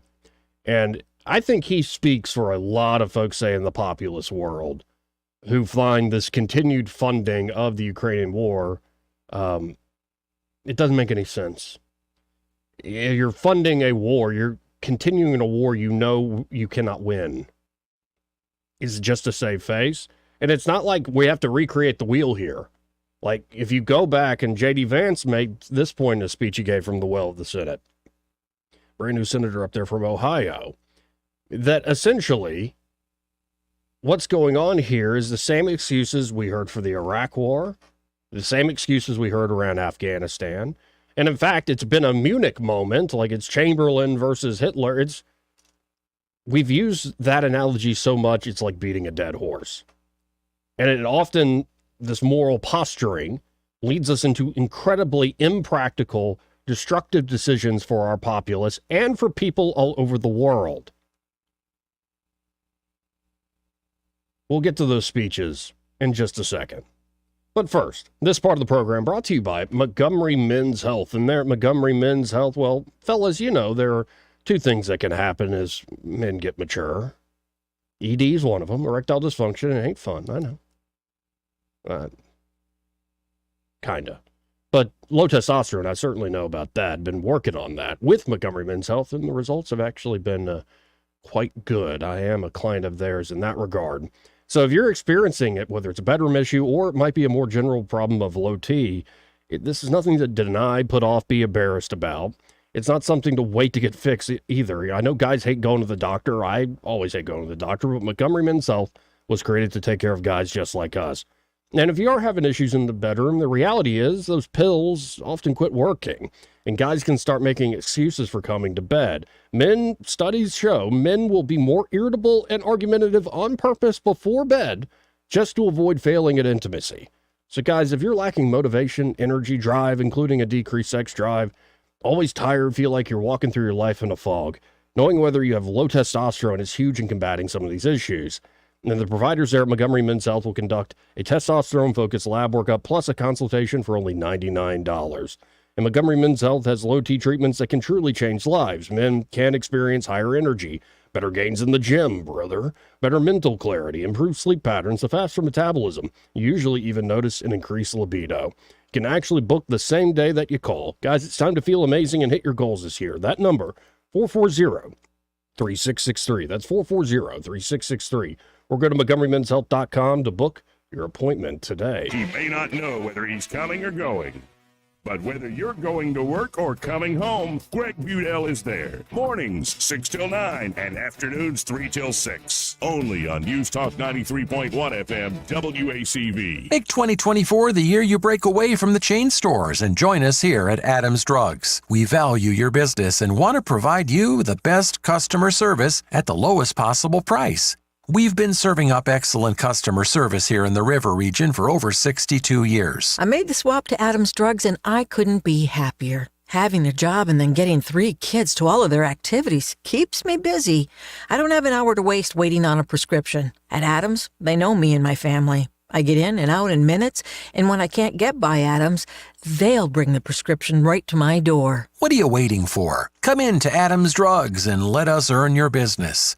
Our friendly and personal staff will talk with you and answer any questions you may have about your prescriptions. Your satisfaction is our #1 goal. Visit us at adamsdrugs.net for the location nearest to you. Adams Drugs is your local independent Health Mart pharmacy. Health Mart, taking the time to listen and care. Honey, wake up. What? I think something's burning. I don't smell anything. I'm gonna go check. Each year, over 65,000 American homes suffer a fire due to an electrical problem. Is your home safe? You can't be sure unless you call Crosby Electric, your exclusive provider of CurrentSafe, the world's foremost home diagnostic system. Crosby Electric will send a specially trained electrician to your home using high-tech equipment. They'll check your hidden wiring, panel box, light switches, and electrical outlets to make sure your home is safe. Well, it appears that we found the culprit. Faulty wiring. I should have had it checked. Just be thankful everyone's okay. For an in-home no-obligation assessment, visit crosbyelectric.com. Don't just think it's safe, know it's safe.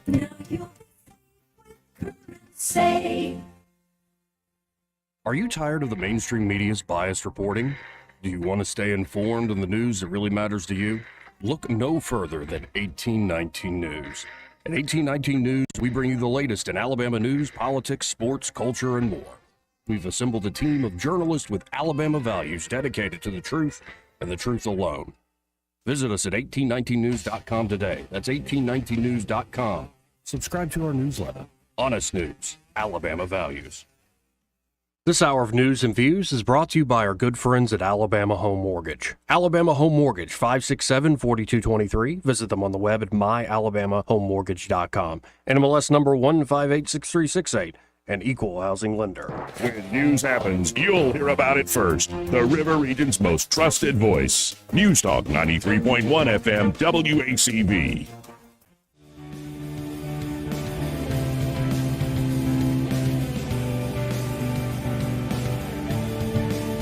Joey Clark. Welcome back. It's News and Views in the afternoon. Again, 272-9228 if you want to get in on the program. That's 334-272-9228, and that's the number Steve dialed. Hey, Steve, how you doing? Hey, Joey. I got a couple of points I'd like to make.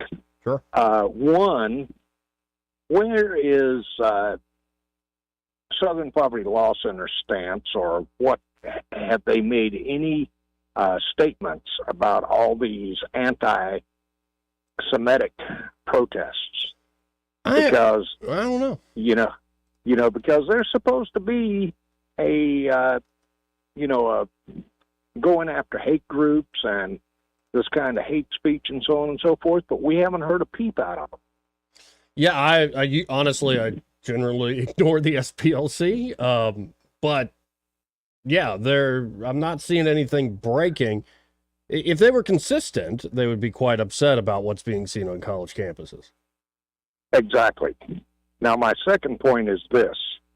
There's a simple solution to all this garbage. If they go in and round up these idiots, especially the ones that are screaming, "We are Hamas," and instead of taking them to jail, just load them on a bus, take them to an international airport, and say, okay, you got a one-way flight to Palestine. And see how many of them start screaming bloody murder. Oh, we don't want to go and fight. We don't want to go and fight. We don't want to die. See how that works out. Yeah. And it's like I was talking with Jeff Poor earlier in the show. It's just, to me, sometimes it gets absurd when you're seeing competing flags that aren't even American on these campuses. I'm like, what are we even fighting about here at the end of the day? Well, you see, the problem is, it's just like this one gentleman said yesterday in an interview. All they are is a bunch of children that have no idea what the hell they're talking about.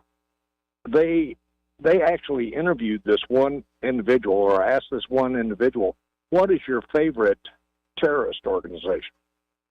The reply was the IDF. Oh, my goodness. Yeah. This is coming from a college-educated idiot. Well, for me to be consistent, I don't necessarily hate the idea of all governments can act like terrorist organizations. That's the nature of government. And I can see how if you lose family members, it's what General McChrystal talked about this in Afghanistan. For each insurgent we kill, we got 8 more that we've created because we killed their brother or their father or their sister or their child. And I think that's part of what's going on with Palestine and Israel. Gaza has been pretty gruesome. Of course, October 7th was too. To more your point, the person that has no real tie there to that part of the world who's getting pretty incensed over it, That's what baffles me. Yeah. And, I don't think we have to bring that fight to our shores, yet here it is. We're seeing it all over the country. Yeah, as much as I hate to say it, we are headed for a civil war. And it's going to be America against these Islamists. And, it hurts my feelings because I'm a retired military man. I don't want to see, I've dealt with war. I've been in war. I don't want to deal with another one. Right. But at the same time, Israel is fighting for their survival. And what most of these idiots don't understand is what has happened in Gaza. The Palestinians brought it on themselves, the entire population, because they elected Hamas as their leaders. They knew that they were electing terrorists when that happened. And so, I'm sorry, they interviewed this one young man that was an IDF soldier that said everybody in that country is connected to Hamas. And don't sit here and preach at me about the atrocities that Israel has committed. Think back to what we did during the Second World War, the firebombing of Dresden, the atomic bomb in Nagasaki and Hiroshima. How many hundreds of thousands of people died to bring an end to that war? And that's exactly what it's going to take in Palestine. Yeah, and war is hell. Violence tends to sing its own song. And, I was just sharing the quote yesterday as McNamara talking about his conversations with Curtis LeMay, that if we had lost, we would have been hung as war criminals or tried as war criminals. And I'm in the camp of a well-wisher. I think the United States needs to focus on itself, and it needs to get our own house in order. And, if the Israelis need to do what they need to do, they can do what they need to do. But I just get tired of looking up in the sky, whether it's over the skies in the Middle East or elsewhere, and seeing American taxpayer dollars on each side. And we're dragging out these wars and conflicts, not actually getting resolutions. And that means more people dying, which is just a crying shame. Yes, it is. And my problem with the whole thing is, do not tell Israel what they can and cannot do. That is not our play. That's not our place. You need to shut up and let them prosecute the war they see fit. Well, we'll see where it goes, because my real concern is wider war with the Hezbollah, or, we'll see how the invasion of Rafah goes. But the reaction is we could be seeing an even bigger fight here. But I appreciate it, Steve. Really do. All right. Take care, bro. Let's go to line 3. You're on there. Who's this? Joey. Hello. Am I with you, buddy? Yes. Hey, my friend. Is this Eric? Yeah, man. I'm with your previous caller, buddy. I have to, and I'm also behind you 100%. They ought to do is this is my opinion. Everybody out there that's destroying property out there protesting Israel, and I hate, Joey, you're going to probably disagree, and I know you would and you should. It's a free country. Well, I think it's a free country. Hell, I may be wrong. But ship them over there to one of these dictatorship countries. Let them get out there and burn their flag and see what happens to them. And then, like the guy said, the previous guy, they'll call mom and said, I need to, oh, my God. And then here's another. I want the Democrats. You got very few. You ain't got many. I apologize for the helicopter above me, but very few. I mean, Democrats. And then all this crap coming up about the abortion crap. And I know I'm shifting gears, but I apologize. I don't have much time. But here's my advice to these youngins out there. It's called protection. If you want to be irresponsible, that's not fair to the child. But what the hell gives you the right to decide on taking a life? If you're not willing to to take responsibility for yourself or your partner, then don't do it. Is that hard to equate? Not logically, but when people of several generations now have been raised with, no, you can do that. I know. It's going to take a lot to change hearts and minds. Well, how many years estimate do you think it'll take? If this is the word if. I think it'll take maybe another generation, another 20 years, and it'll be state by state. I think I would leave the abortion issue at the state level and let people at the local level hash it out with themselves. But then again, are you on the page with me about taking responsibility? Yes. Thank you, Joey. You take care, buddy. You're doing a good job. Appreciate it. But I believe in freedom, not just for the individual, but for, yes, collective groups to voluntarily organize into societies and governments as they wish. So I have fundamental disagreements with all sorts of folks, but I think the solution is often more local control. The reason we need liberty and the political sense of how you run governments, how you run a society, what laws are indeed enforced, and also the sense of liberty at the individual level, the best way to guarantee that liberty is to have competing interests that, yes, have some deeper principles that hopefully allow them to get along and work with one another. But the reason we need liberty is men don't agree on first principles. And we could go back to what we've done in our history time and time again, and maybe there's no shaking it. Maybe it's human nature. But most governments, if not all governments, are not a matter of voluntary consent by the population. They're a matter of conquest. And there have been many who have tried to conquer the whole world, to expand their name and their reach and their ideas. And they usually end up failing.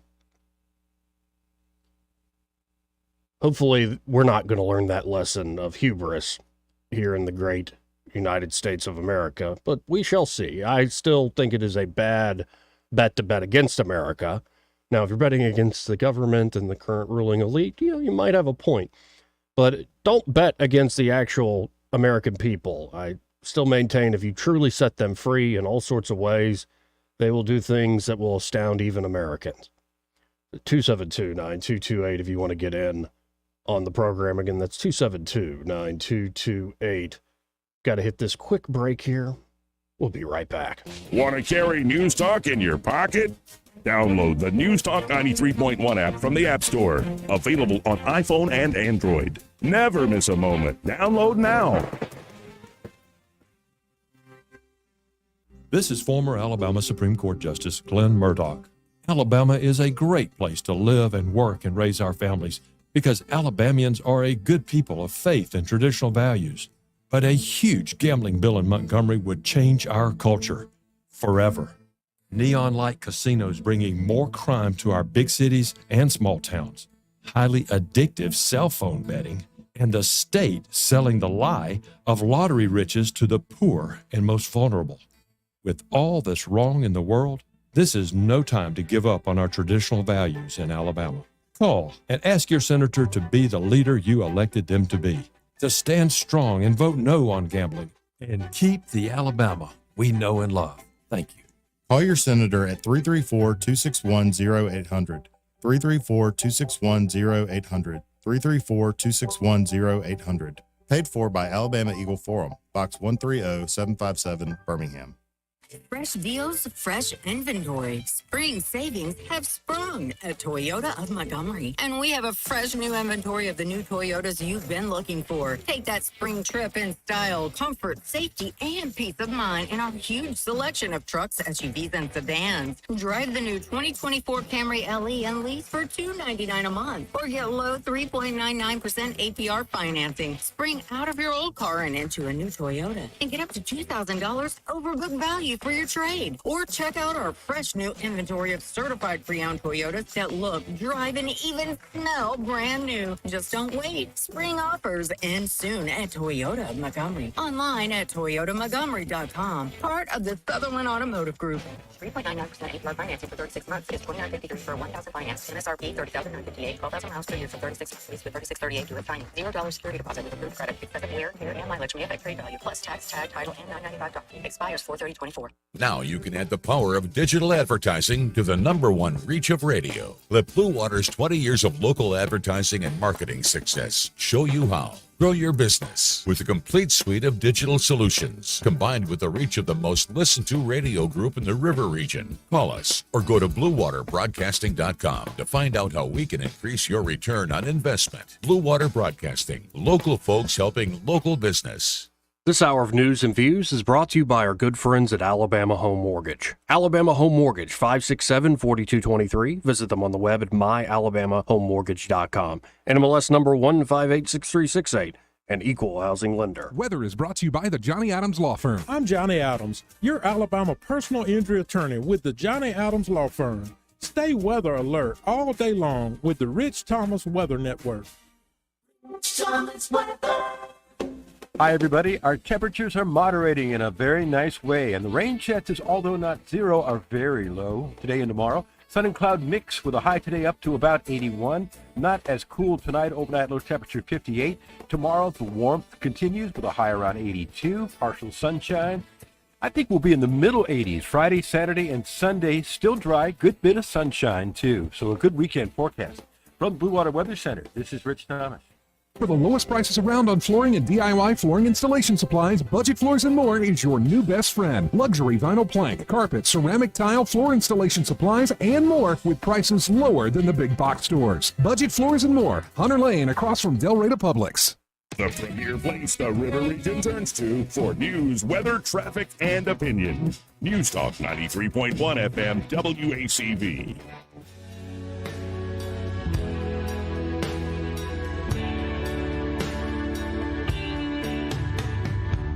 Joey Clark.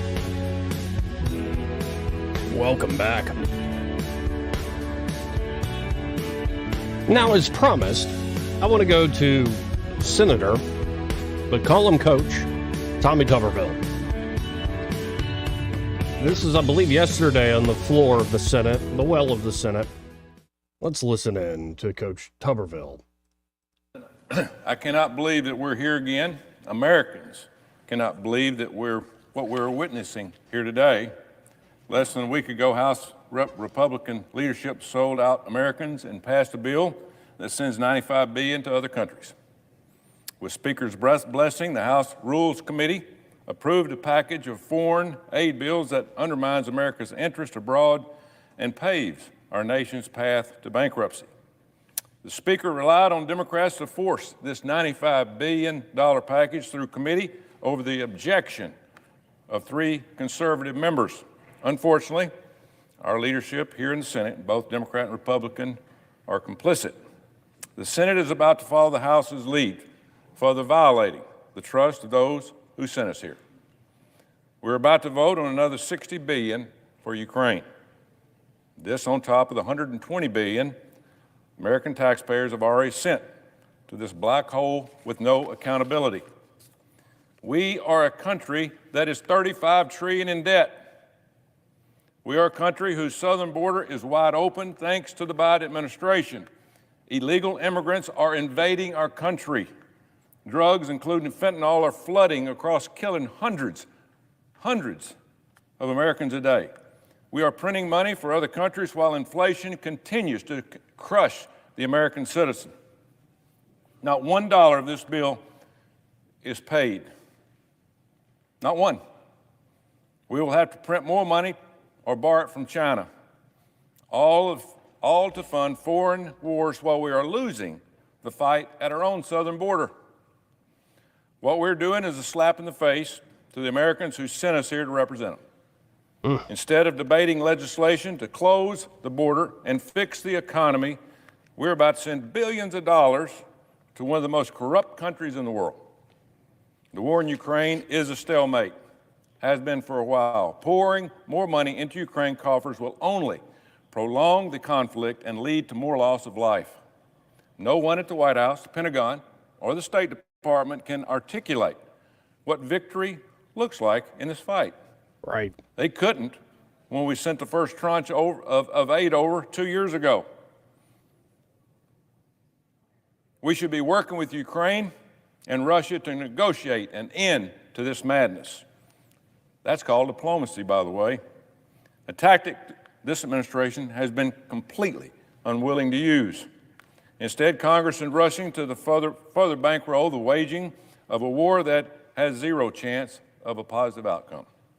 The Speaker claims he is privy to special classified information that justifies support for this massive package. If this critical information exists, all elected representatives who are being asked to vote on this massive spending package have and should have access to it. Republican leaders in the Senate argued that Russia will roll through Ukraine and into NATO if we don't immediately send another $60 billion we don't have. I wouldn't be surprised if we get a letter signed by 50 or so, quote, high-ranking former intelligence officials, end quote, confirming this and the dire consequences of delay. Don't fall for it. I had a classified briefing from the Department of Defense just this morning.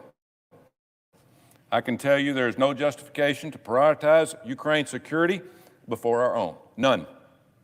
To add insult to injury, we are financing this conflict on the backs of the American taxpayer. As I said earlier, this country is $35 trillion in debt. Today, we're imprinting $80,000 a second. You heard that right, $80,000 a second, 4.6 million a minute. And I want this body to explain that to the American people. Here, here. Next election. This is irresponsible and unsustainable. On top of that, we're now considering another $95 billion to that mountain of debt with this foreign package. This funding will be financed by deficit spending the American people will eventually have to pay back. This group doesn't have to pay it. American people do. It's easy to spend somebody else's money. Here, here. Unlike this so-called loan to Ukraine, loan, we're hearing, which will never be repaid. Don't be fooled. Unfortunately, some of my colleagues will vote yes on this bill, claiming that, hey, this money for Ukraine is a loan. This was a concept originally floated by President Trump. However, this bill only allows the president to set the terms of loan repayment. The president, not in this bill. It lets him cancel the payment anytime and the interest on it. Sounds a little fishy to me. I and the majority of the Americans am highly skeptical that we will ever see a cent paid back to the American taxpayer. All right. If the chickens are going to come home to roost, and when they do, it's going to get really, really ugly. Every member of this body should be laser focused on getting our own house in order, not bankrolling foreign wars. $26 billion of this foreign aid package is supposedly for Israel. Sadly, that's not reality. If you read the fine print, $9 billion of that funding would go to the Palestinians for what is being billed as humanitarian aid for Gaza. Of course, sending any money to Gaza will immediately be used to line the pockets of Hamas terrorists.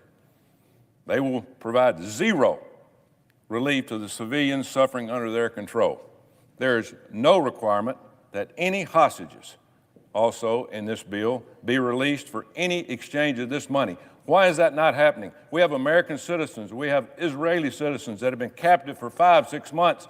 We're giving $20-something billion, $9 billion to the people that are holding hostages, and we're not getting any relief from the people that are suffering as hostages going on 6 months. Why in the world would America agree to funding both sides of this war? Israel is our greatest ally in the Middle East. We should be standing firm in support of our friends in their battle against Hamas. Sadly, the White House is more focused on playing politics, and appeasing the radical pro-Palestinian base.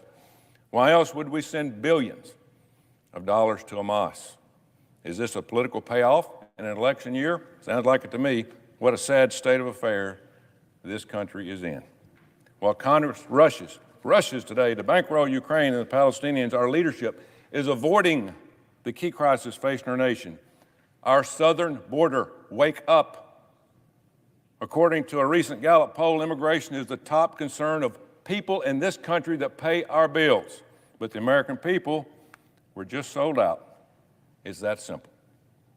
You are witnessing the swamp at its worst, a swamp more concerned about maintaining power and being smarter than everybody else and lining the pockets of their friends and then representing the interests of the American people. Colleagues, wake up. The clock's ticking. How many Americans must die before we take on our own security as serious as we're taking on other people's borders, including Ukraine? We lose 100,000 people a year to fentanyl. Does anybody care in this body? Hadn't heard it. This is a direct result of the border policies of President Biden. Fentanyl is manufactured in China and ran by the cartel in Mexico. At what point does that horrific reality become important enough for us to come in here and vote and shut this dang border down? The left loves to tell you about threats. What kills more Americans than the Biden border policy? What kills more Americans than the Biden border policy? Nothing. Biggest disaster in the history since I've been alive and a citizen of this country. Ukraine is losing soldiers by far fewer than the number of Americans who are dying from fentanyl. We have to take care of our own people before we take care of the rest of the world. The Biden administration is failing this country. We know what the problem is. We know the solution, but nobody wants to solve it. That's an ineffective government. President Trump proved that we can get operational control of our border. He had control. The problem is no one in this administration or this body actually wants to solve this problem, which means we are also failing this country. Americans are counting on this body to stand up and correct the course. I hope we don't let them down. And for these reasons, I will be voting against this massive supplement of taxpayer money that we don't have today going to Ukraine. Again, folks, that is United States Senator Coach Tommy Tuberville. And just to give a taste of the difference, and I think this, in a way, this microcosm, Alabama's two senators, this divide, suggests a divide that is within the GOP and I think a lot of the American people. This is direct from the press folks, the comms folks, who are very talented people, like them very much, from U.S. Senator Katie Britt. Here is her statement on her vote to pass the bill you just heard Tuberville talking about. Quote, again quoting Senator Britt, "This legislation, while imperfect, will make critical strides to reestablish credible American deterrence and move us closer to restoring the peace through strength that President Biden inherited. I'm proud that important bills I've co-sponsored will be enacted into law through this package, including crucial measures to combat the fentanyl crisis and restrict Iran's ability to finance further terrorism. Today marks 200 days since Iranian-backed Hamas terrorists launched barbaric attacks and committed truly evil atrocities in Israel on October the 7th, says United States Senator Katie Britt. More than 6 months have passed, and approximately 130 hostages, including American citizens, are still held by Hamas, and Israel continues to fight for her very existence. Just days ago, we even saw Iran launch an unprecedented barrage of drones and missiles against Israel from Iranian territory. Now more than ever, we must stand with Israel and the Jewish people, including here at home. While our Jewish brothers and sisters across Alabama, America, and the world celebrate Passover, we're seeing a disgusting rise of virulent anti-Semitism and pro-terrorist sentiment play out on our nation's city streets and our college campuses. Make no mistake, never again is now." Again, this is a statement from U.S. Senator Britt. "This legislation will not only crack down on Iran and empower Israel with the tools needed to protect herself, but it will also help synagogues and other houses of worship safeguard their congregations and communities across the United States. Importantly, this legislation will also force the sale of TikTok and get the app out of the Chinese Communist Party's control. As it stands, China is effectively flying a spy balloon in the home of every TikTok user," writes Senator Britt, "and spreading this digital fentanyl to our young people. I've said it before, I'll say it again. The CCP knows that if It conquers the minds of our next generation. It conquers America. This legislation accomplishes a generational victory that is integral to defending America's future. Senator Britt finishes with this final point. Finally, this legislation makes targeted strategic investments to modernize our own U.S. defense industrial base and domestic manufacturing capacity, including right here in Alabama. These investments are necessary to keep pace with China, as well as to prepare for and deter the threats of the future. Alabama plays a huge role in our national defense, and this legislation will further enhance Alabamians' contributions to ensuring our warfighters are the best equipped, trained, and resourced in the world. Ultimately, this will help keep American service members safe and our country secure. Again, that is Senator Britt's take on this latest bill. She voted yes. Senator Tuberville voted no. In a second, I want to go to J.D. Vance. I liked what Tuberville said. I really do appreciate what Tuberville said. Disagreements, especially on the TikTok aspect with Senator Britt. I think this is setting a very nasty precedent that will come back to bite all of us. How long does it take for it to be claimed that Russia controls, say, Twitter? Oh, that'll never happen. It's like, wait, you're telling me the government won't lie and abuse and stretch the language? That's what you lawyers are paid to do. That said, just wanted to give you the latest on the rationale from both of our senators serving up there in Washington from the great state of Alabama. But I now have to hit this break.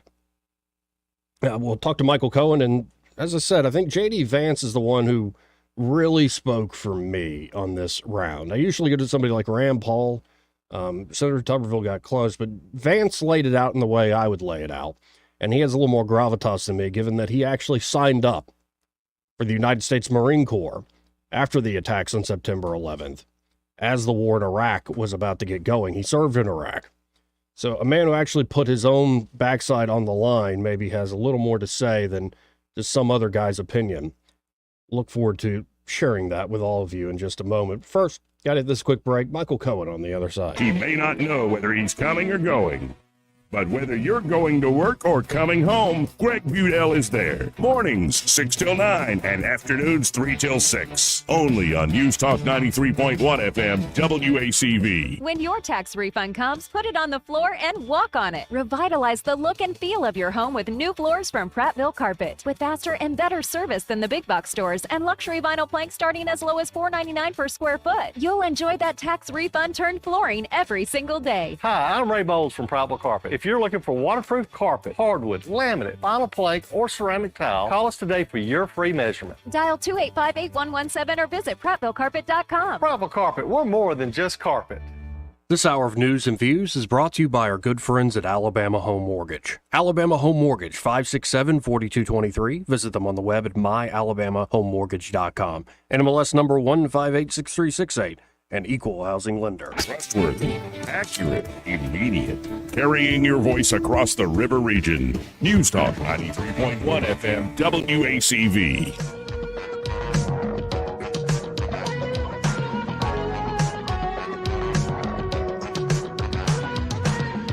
Joey Clark. Welcome back to News and Views in the afternoon. Or as we're calling it online, Joey Clark Live. And let's go to the phones to talk to Michael Cohen from Cohen's Electronics and Appliances. How you doing today, Michael? I'm doing great. How are you? I'm actually feeling pretty good. I actually did the sauna this morning. I don't know if that... It reminds me of a Bo Burnham song, White Woman's Instagram. I was feeling like a middle-aged lady in that sauna, but it worked. Got rid of my headache. I think I'll be going that's great. back. Yeah, I might be going back. It's a good way to work out. Anyway, you know, I just want to underline a point because I am a customer of y'all there at Cohen's. And I have to say, on the service side, your slogan makes perfect sense to me when y'all say we deliver confidence. Because I was confident that the TV I bought from y'all, big 85-incher, would be set up correctly, that it could be moved around and put to my liking. And also the folks that you sent, Michael Jackson, I can't remember the gentleman who was helping him out, but they were just very polite. And like, I almost had to tell them, Michael, like, go away. I can set up my apps on my TV. Like, they're ready to help me with everything. Well, you know, we definitely are blessed to have our employees that we have, especially Michael Jacks. I mean, the way that he does with customers, and not that he needed a lot of patience with you, but on some of our customers, he does need a lot of patience to explain over and over how something operates, and he does everything he can to make everything simpler to use. But it's all in trying to get everything set up the right way the first time, so that you can use it and enjoy it instead of you need to phone a friend every time you want to change from Netflix to YouTube TV or Direct TV or what have you. So he does try to set everything up to make it work more fluid and easy, and he gives you school, and he tries to make you take notes. And we're just blessed that he's got as much knowledge as he has, and can help take care of all of those customers. And it's not just TVs, folks, especially if you're getting a washer dryer set up for the laundry room, or maybe a big kitchen appliance, a new fridge, let's say. Cohen's can not only set it up, deliver to you, but they can, take out that old fridge. Because what are you going to do with a fridge if you have to deal with it yourself? Well, that's what's kind of funny is that so many of our customers are that, they come in after they've been shopping other places. And, my competitors, they do think, of course, we all do things different, but, it's kind of like when I send Michael Jacks out, it's a one guy, or maybe it's two guys, but they can do everything that they need to do. They can deliver, they can do the install, they can do the setup, they can do your Wi-Fi. In the appliance side, it's our guy does most of the installs, with a helper, and he comes in and takes care of it. But there's no additional charge to haul off your old appliance or your old television. And, of course, we're happy if we just put them on the street for you. But, we'll also haul them off, and then you don't have to worry about them. And none of your neighbors have to know that you got a new refrigerator or new TV. Well, and folks, you can always check out what they have going on at Cohen's at thinkcohens.com. Looking at it right now. But I really encourage you, even if you window shop from home, to get by there on the Boulevard, 2515 Eastern Boulevard here in Montgomery, and say hi. Be sure to find Michael or one of the team members. Say, you heard Michael here on the radio. Y'all still open, 9 to 6, Monday through Friday, 9 to 4 on Saturdays? Yes, sir. Well, I appreciate it as always, Michael. Hope more folks are getting by there saying, hey, that Joey guy sent me. That's right. Well, we love to hear that. Well, thank you, sir. Thank you. Have a great day. You too. Got to hit our top of the hour break. More news and views. Final hour here on a Wednesday. I thought I was operating like it was a Thursday for half the day. Wishful thinking on my part, but we'll be back. Broadcasting from the Riverside Chevrolet Master Control Center, this is WACV Cusana, News Talk 93.1 FM. When it's Chevy, it's Riverside. With SRN News, I'm John Scott.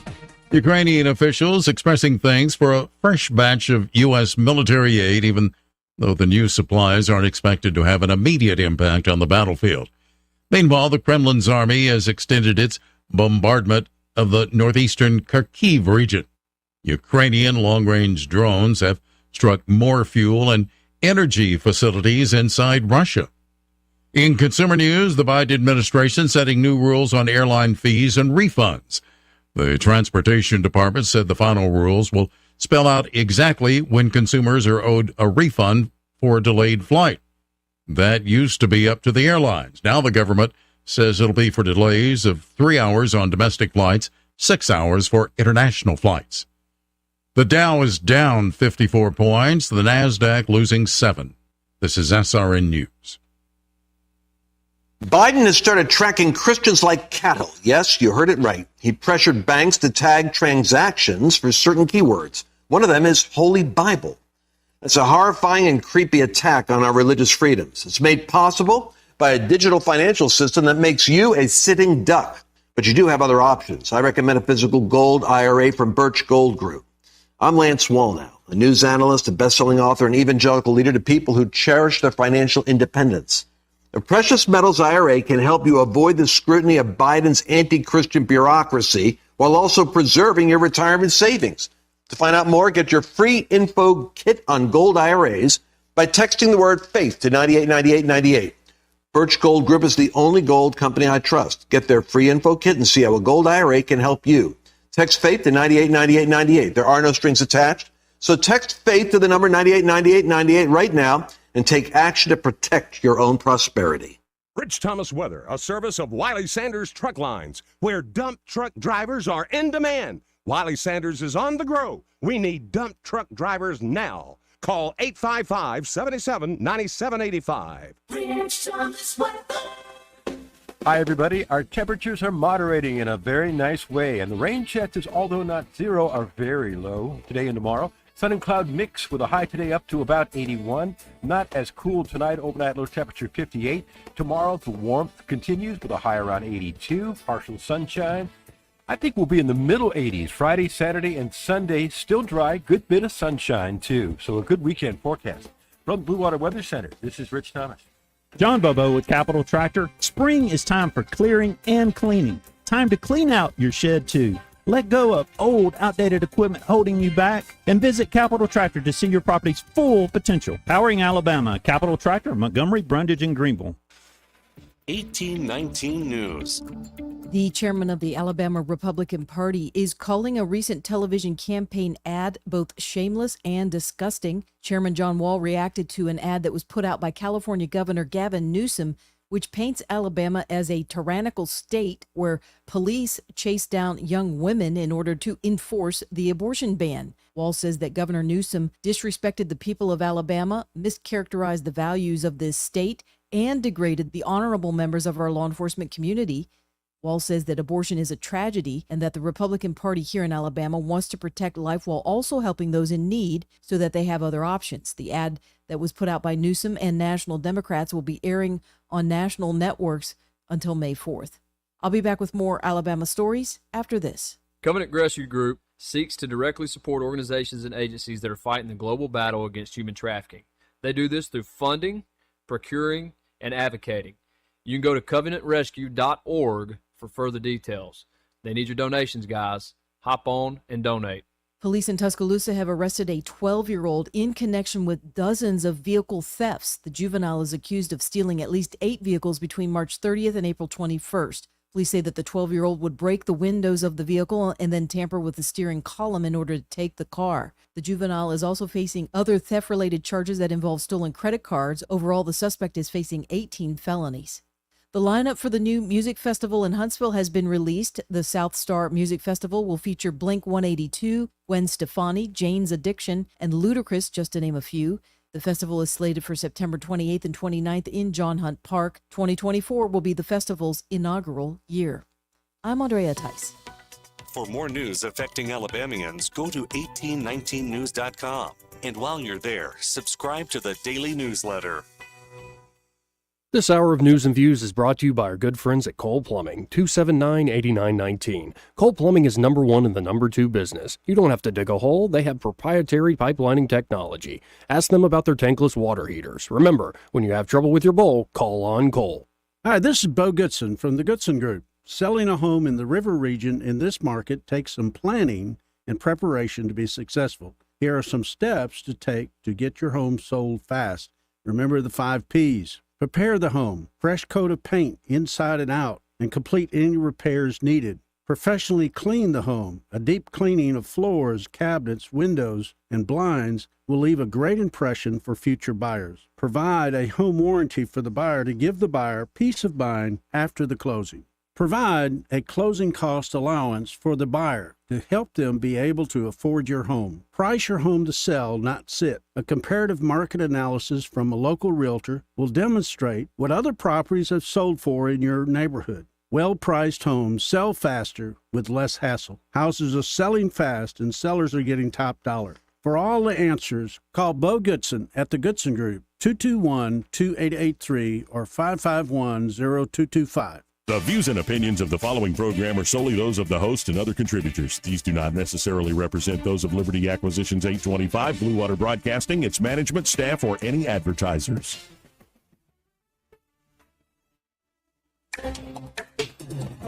It's time for Montgomery's conversational radio show. It's news and views on News Talk 93.1 FM. To join the conversation, call 272-9228.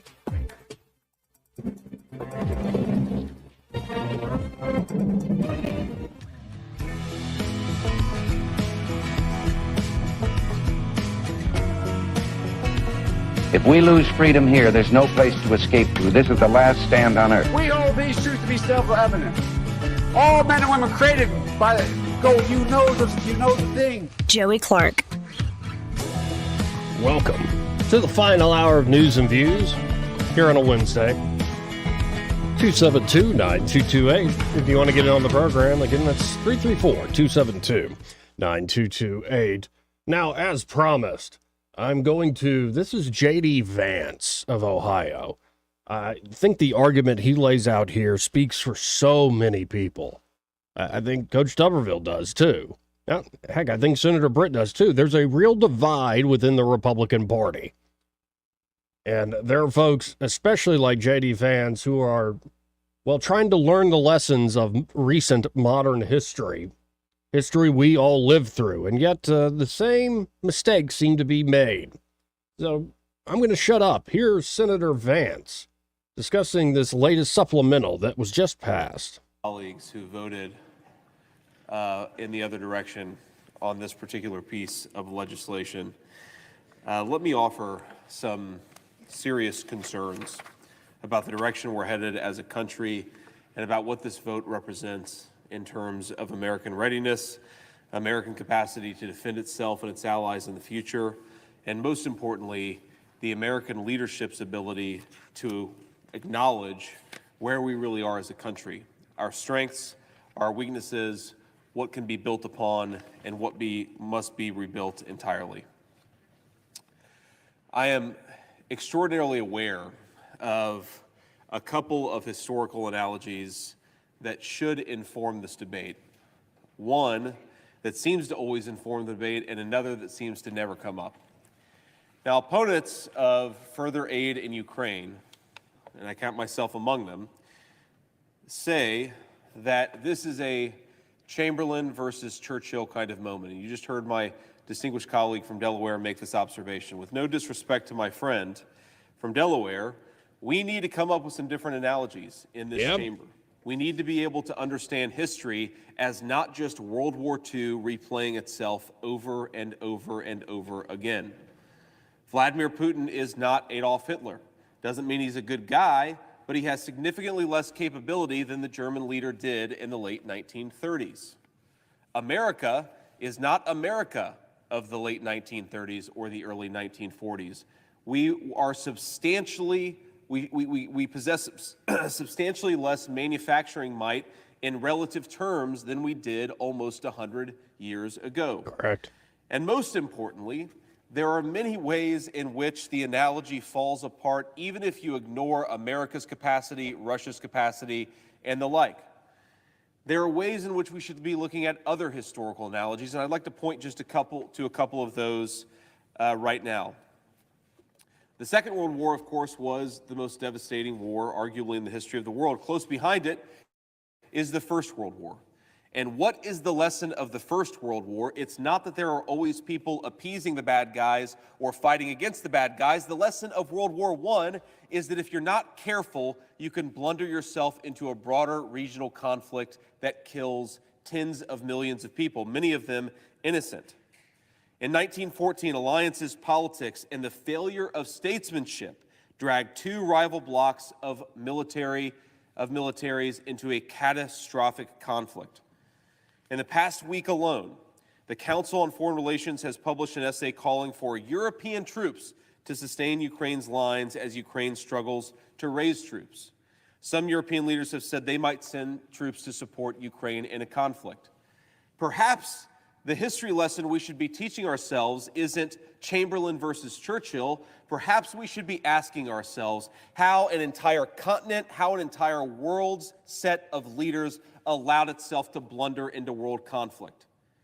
Is there possibly a diplomatic solution to the conflict in Ukraine? Yes, I believe that there is. Indeed, As multiple people, both critics of Vladimir Putin and supporters of Ukraine have pointed out, there was in fact a peace deal on the table approximately 18 months ago, and what happened to it? The Biden administration pushed Zelensky to set aside the peace agreement and to engage in a disastrous counteroffensive, a counteroffensive that killed thousands, tens of thousands of Ukrainians, that depleted an entire decade's worth of military stocks, and has left us in the place that we are now, where every single objective observer of the Ukraine war acknowledges today that the war is going worse for Ukraine than it was 18 months ago.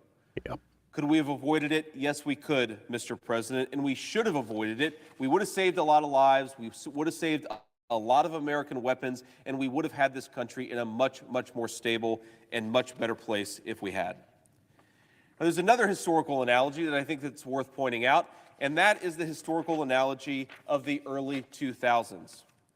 Now, in 2003, I was a high school senior, and I had a political position back then. I believed the propaganda of the George W. Bush administration that we needed to invade Iraq, that it was a war for freedom and democracy, that those who were appeasing Saddam Hussein were inviting a broader regional conflict. Does that sound familiar to anything that we're hearing today? It's the same exact talking points 20 years later with different names.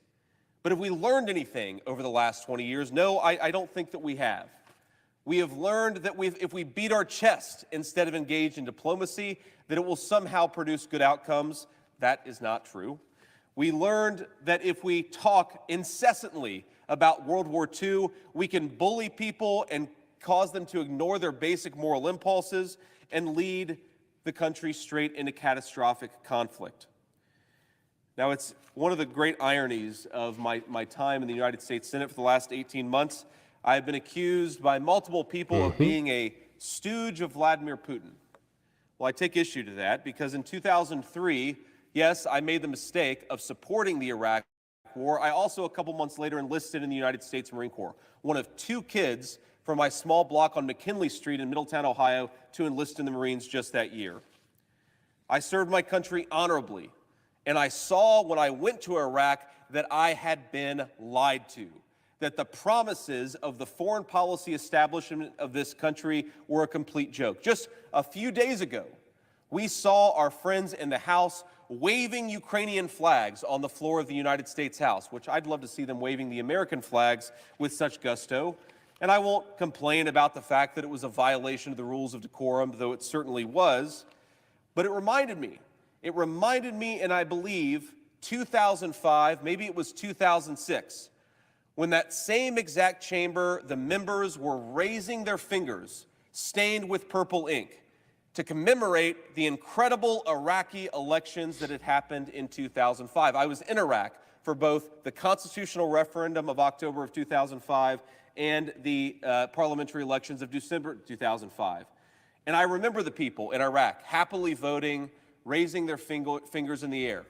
What I'm saying is not that the people of Iraq were bad or that they were bad for voting in their elections. What I'm saying is the obsessive focus on moralism. Democracy is good. Saddam Hussein is bad. America good. Tyranny bad. That is no way to run a foreign policy, because then you end up with people waving their fingers on the floor of the United States House of Representatives, even though they have walked their country into a disaster.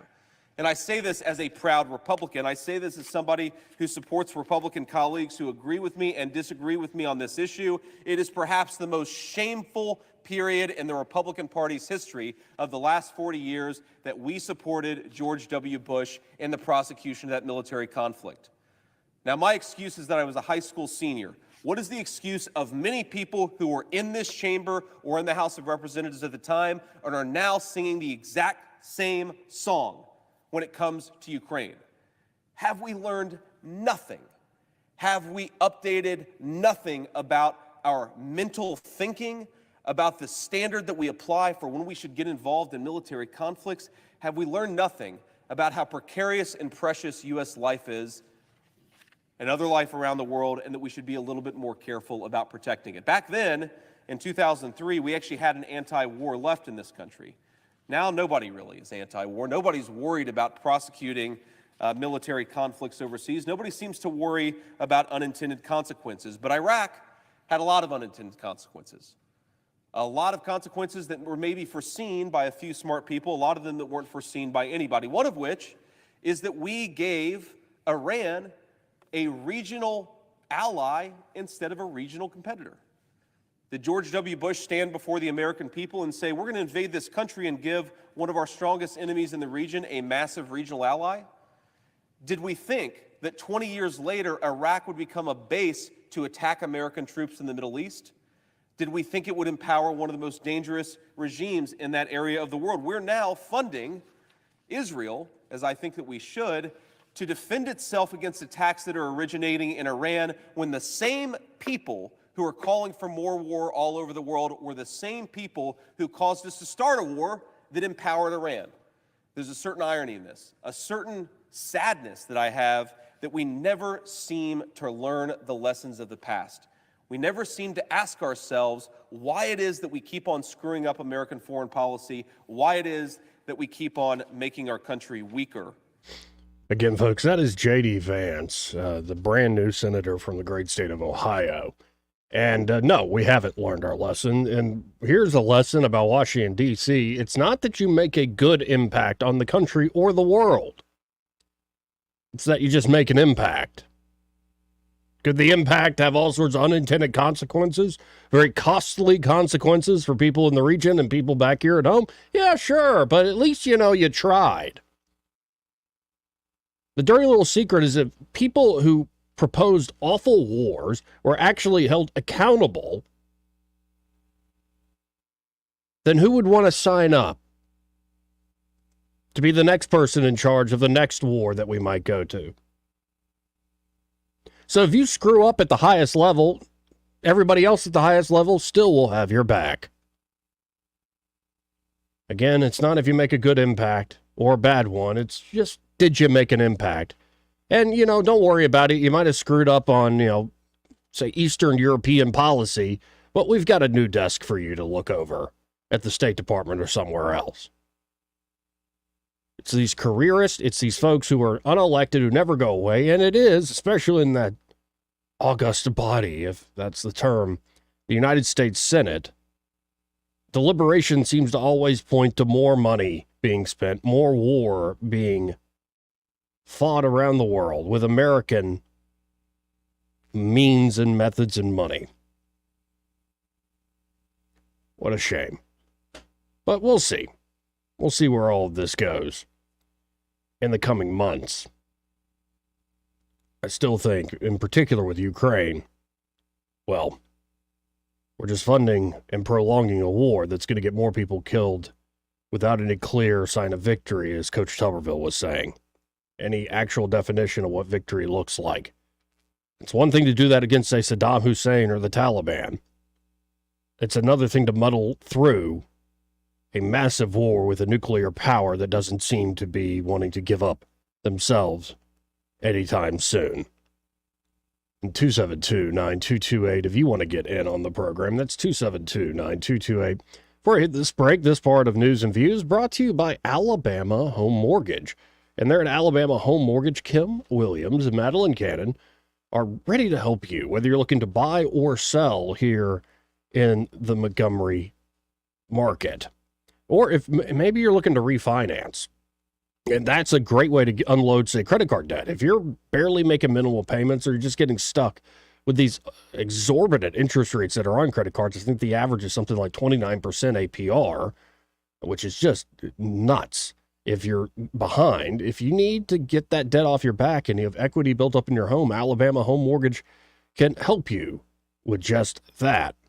And of course, if you are buying, especially if you're a first-time home buyer, they can walk you through the buying process from pre-approval all the way to closing day. Again, every step of the way in between, so things like appraisals, inspections, they got your back. And that pre-approval they give you there at Alabama Home Mortgage, it's worth more than, say, others pre-approval. They really are, well, top-notch here in the River Region real estate market. So give Kim and her team a call today. That's 567-4223, 567-4223, or you can visit them on the web at myalabamahomemortgage.com. There is a difference in mortgage companies. Let Kim and Madeline prove that to you today. NMLS number 1586368, an equal housing lender. Want to carry News Talk in your pocket? Download the News Talk 93.1 app from the App Store. Available on iPhone and Android. Never miss a moment. Download now.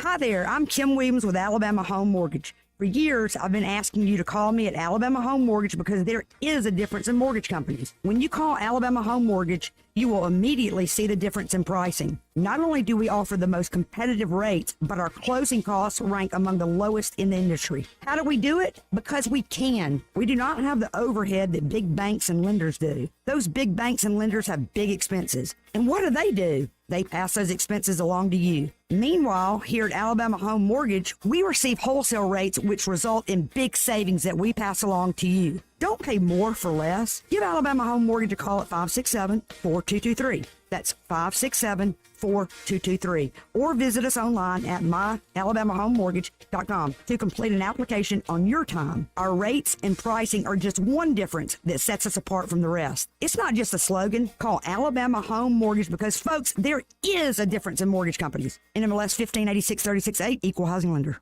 Have you ever noticed how many car dealers start their commercials with, "It's the best sale of the year. Push, pull, or drag your old vehicle in. No offer will be refused." At Larry Puckett Chevrolet, they don't make outrageous claims and have all of that fast talk at the end of their commercials. They just offer great deals month in and month out. New cars and trucks are arriving daily, plus Larry Puckett has a great selection of pre-owned cars and trucks, all makes and models. If you're getting a refund from Uncle Sam, it could be your down payment. If you have an extra vehicle that you want to sell, bring it in for an instant cash offer. They're paying top dollar to keep their lot full. Remember, LP just doesn't stand for Larry Puckett. It stands for lowest prices in the river region. Come to the dealer that lets the customers do the talking. Larry Puckett Chevrolet on Cobbs Ford Road in Prattville, or look them up online at larrypuckett.com.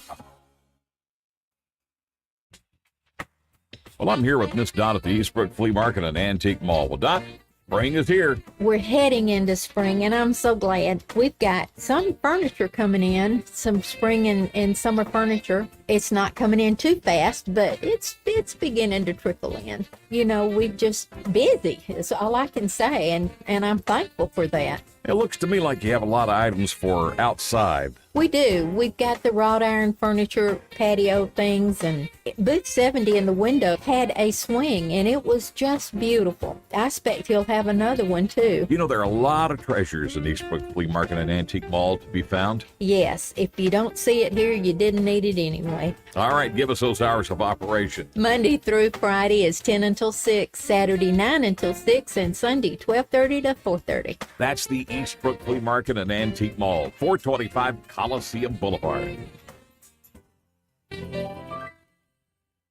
For too long, Alabama's statewide news companies have shamed us for our conservative Christian values. Alabama deserves a news company that cherishes our culture, a company that isn't bought and paid for by the powers that be. 1819 News is that company. Run by Alabamians for Alabamians, 1819 News celebrates what is good and beautiful about our state, while exposing those who work against our values in secret. Just go to 1819news.com to learn more. Subscribe to our newsletter. That's 1819news.com. Hi, this is Carl Schmidt, naturopath and owner of the Herb Shop. Listen every Saturday to Winning Wellness and learn from experts in different fields of science and technology how nutritional supplements can help you. Listen to Winning Wellness every Saturday at 10 a.m. This hour of News and Views is brought to you by our good friends at Cole Plumbing, 279-8919. Cole Plumbing is number one in the number two business. You don't have to dig a hole. They have proprietary pipelining technology. Ask them about their tankless water heaters. Remember, when you have trouble with your bowl, call on Cole. All the headlines the mainstream media won't touch. Your News Talk station. News Talk 93.1 FM WACV. One of the most ardent backers of Ukraine in the Senate here. But what took so long to get some of these other 8 Republicans persuaded to your position here? Was it the overall nature of this bill and what was lost in that time period for Ukraine? Well, that's a good question. You already know the answer. I think the demonization of Ukraine began by Tucker Carlson, who, in my opinion, ended up where he should have been all along, which is interviewing Vladimir Putin. And so he had an enormous audience, which convinced a lot of rank-and-file Republicans that maybe this was a mistake. I think the former president had sort of mixed views on it. We all felt that border was a complete disaster, myself included. Yeah, what'd you get done on it, Mitch? Ted, you remember covering the phases we went through. First, there was an effort to make law, which requires you to deal with Democrats. And then a number of our members thought it wasn't good enough. Yeah, it wasn't. And then our nominee for president didn't seem to want us to do anything at all. That took months to work our way through it. So we ended up doing the supplemental that was originally proposed.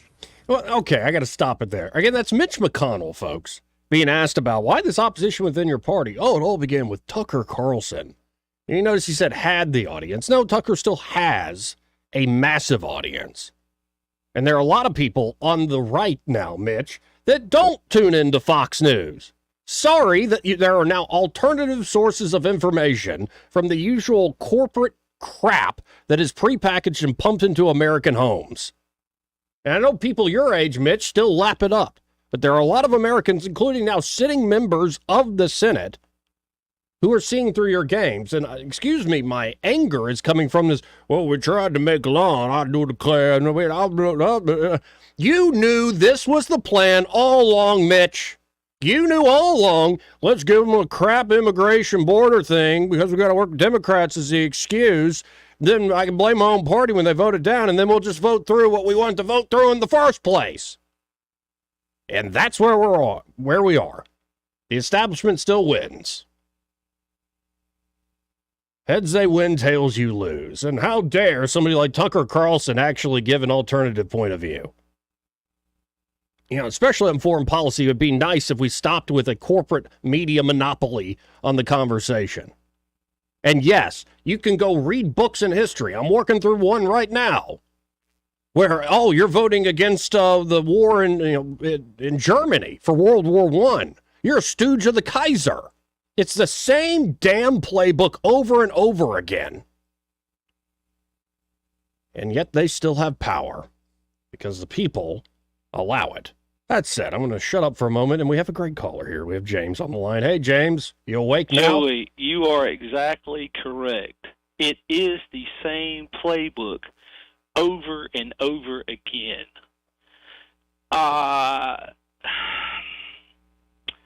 You ever have a conversation with somebody over 60, and they're so anxious to say something, and they interrupt you? You know why that is, Joey? It's because if they don't hurry up and say what it is that's on their mind, they forget what it was that was on their mind. And that happens like 4 or 5 times. I mean, you understand what I'm saying? So what you have to do, people over 60, I'm just trying to give y'all all a heads up. You have to just keep reverberating in your head. It's like if you meet the pretty girl at the mall, okay, and I'm reflecting back like 40 years ago, Joey, okay? You know, and you see her and you manage to get that contact information. And back in those days, it was a number. So she says, well, you had no cell phone to type it into. Of course, I still don't have one. And you just reverberate. You just keep saying that phone number over and over and over in your head until you get out to the car, find a pen or a crayon, excuse me for borrowing, and you write it down. Are you following me so far, Joey? Barely. I'm having my attention span as a millennial. So what you're telling me, having not interrupted, you forgot what you wanted to say. No, not at all. It's more, I find it frustrating that, J.D. Vance made this point, that we use the same analogy of Chamberlain and the Munich moment, and we've used it over and over again. But I'm sorry, not every war the United States government wants to get involved in is the same thing as fighting back the Nazis. You're exactly right. Now, have you read The Creature from Jekyll Island? I admit I have not sat down and read that whole book, but I know what you're talking about. This particular book mentions this effort that you're talking about. The perpetual war, what is that, Keynesian economics, Mm-hmm. The so-called industrial military complex, that, in other words, this is how we keep our world economy going and also the population down by perpetuating endless wars. And who wins on both continents or all around the globe when we have this perpetual war? Those people who loan the money, those people who print the money, and sometimes those same people that are loaning the money that they have printed are the ones that are profiting on, again, both sides of the planet, both sides of this flat Earth, Joey. Okay, Fair enough. as they are buying and selling. In other words, they're trading the goods on both sides. In other words, they have the goods manufactured, they have their hand in the manufacturing of them, they have their hand in the selling of them, and they have their hand in the buying of them. So they are profiting every way they can profit. And is also, they are often on each side of the conflict. Yep. And that's why we continue to have these wars. And of course, there are those who believe that one of the gentlemen he shall remain nameless, was financed in his run for his position by no one less than bankers. So go figure. Oh, yeah. I mean, you don't get to the dance for free, and that's why it takes somebody like a Trump or even a Vivek Ramaswamy. You have to be independently wealthy in order to stand up to the donor class. And that donor class has been the Bombs Away Club for a long, long time. Yes. Right. It's dangerous for me and you, right, Joey? Well, it's costly to us in an insidious way. Like, it creates bad blood all over the globe, number one, but it also does cost us this inflation that we're seeing in particular. The so-called hidden tax. Again, the creature from Jekyll Island. And then let's amen. And I'm very much a Ron Paul guy on the Fed. Let's audit it and then let's end it, damn it. But you're also seeing, let's not forget the cost of American lives. I'm not just talking about lives lost overseas, people who are maimed, who lose limbs, but also folks who are still dealing with that mentally. Exactly. And there's some more profit, if depending on what you're looking at. Charities, limbs, how we treat head injuries, and really those people that are profiting don't really care because name the group with a high suicide rate. Well, and the book I'm working through, I don't know if you know it, is called Human Smoke by Nicholson Baker. And it essentially documents the lead up, starting in World War I, it documents the lead up of the decades of the 20s and 30s to World War II. And I'm about a third of the way through it. It's written in like tweet length excerpts. So it's like little newspaper clippings or this anecdote from this person's diary. I'll give you an example. It's like Eleanor Roosevelt said to a friend, "I'd rather be hung than go to this guy's party, ... too many Jews."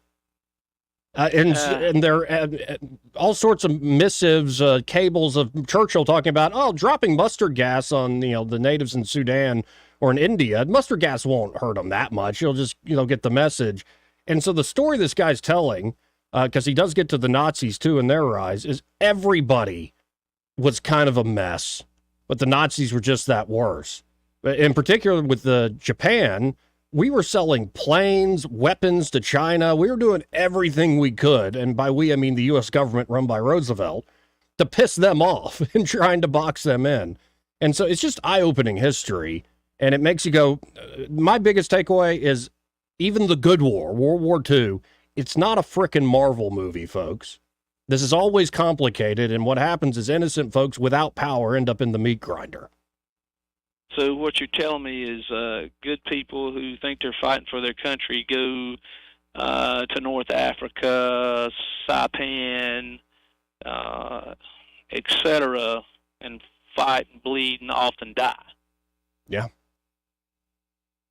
And you'll never have me second-guessing the warrior ethos or a man willing to lay down his life for the people he loves. I just hate those who are on the top who manipulate those good instincts. Exactly. That's we're on the same page here. Joey, believe it or not, there was actually something else I wanted to say, but somehow it evaded me.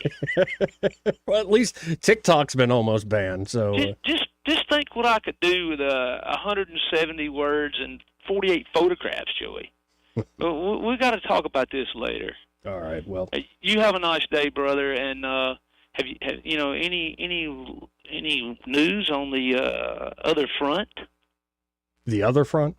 Yes, the other front. You know, where Eddie and I are trying to get you married off so you can procreate and raise a family and see 3 or 4 generations of those? Not much. I was invited to go to a sauna workout this morning, so that seemed promising. A sauna workout? Yeah, it got rid of my headache. Okay, is that from like the hot water? No, it's like a place called Hot Works. Okay. Joey, I believe this conversation has gone sideways, and Yes. that is my fault. And you have a nice week, young man. You too. You too. Ta-ta. Always appreciate James. Let's go to line 3. You're on there. Who's this? Hey, Joey. Hey, who's this? Long time no call, but I've listened to you time. It's AJ, brother. Hey, AJ. Great to hear from you, man. I was going to say something, but I'm 65 and I forgot what I was going to say. you know I'm being funny, right? Oh, yeah. Because I dare my man to match with my 82-year-old daddy, that freaking Marine. Okay? Joey, I heard you on the way, and I'm like, Joey just said that you just showed how you felt after you played that McConnell piece that made how do you throw up something when you ain't ate lunch yet, Joey? And you, brother, you said, and like my man was alluded to with the wars and stuff, they have no dog in the fight, Joey. Not a blanket one of them. And I'm going to tell you, we started calling it the swamp years ago, and I called in, and your show and a couple of shows said, it ain't a swamp anymore, man. All right?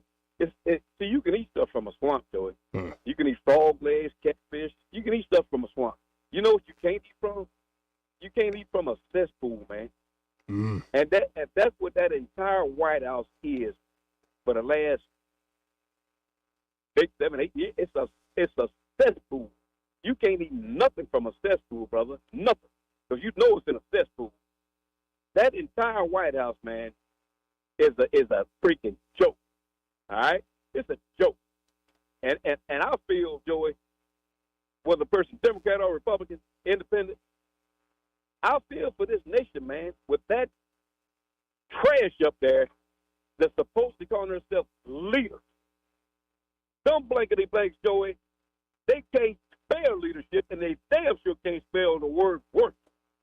Because those blankety blanks up there ain't had a freaking real job, brother, 20, 30, 40, 50 damn years, man. And the American people got to pay them turds up there, to do the right thing. Now, you gave Ukraine, what was it, 60-something billion? You gave Israel 20-something billion. You gave, what the hell you giving Taiwan $8 billion for? Because Nancy Pelosi got stock over there? And a lot of them congressmen and senators got stock over there? What the hell you giving them $8 billion for, man? When you got Americans in this country, Dan, black, white, Democrat, Republican, struggling like hell, Joey. Yep. And you sending 90-something billion over there. What you gonna do, all right, in 6 months when the 60 billion ain't enough? White House, you pieces of crap up there, that ain't got a dog in nobody's war. What you gonna do then? And you can't even account for 40 billion of the first 100 billion you gave them. Yep. All right? I got a full-blooded Ukraine family that I know here, Joe. I've been known for 6 years. And they said some of that money is going to the freaking high-paid general and that clown they call their president. They live there. They still got family there. McConnell, man, and that damn, let me tell you something, that White House, man, they have got to be some of the smartest, yet stupidest people on this earth. And I say they're smart because they keep getting us, the people, to vote for them pieces of freaking trash. Yep. You understand?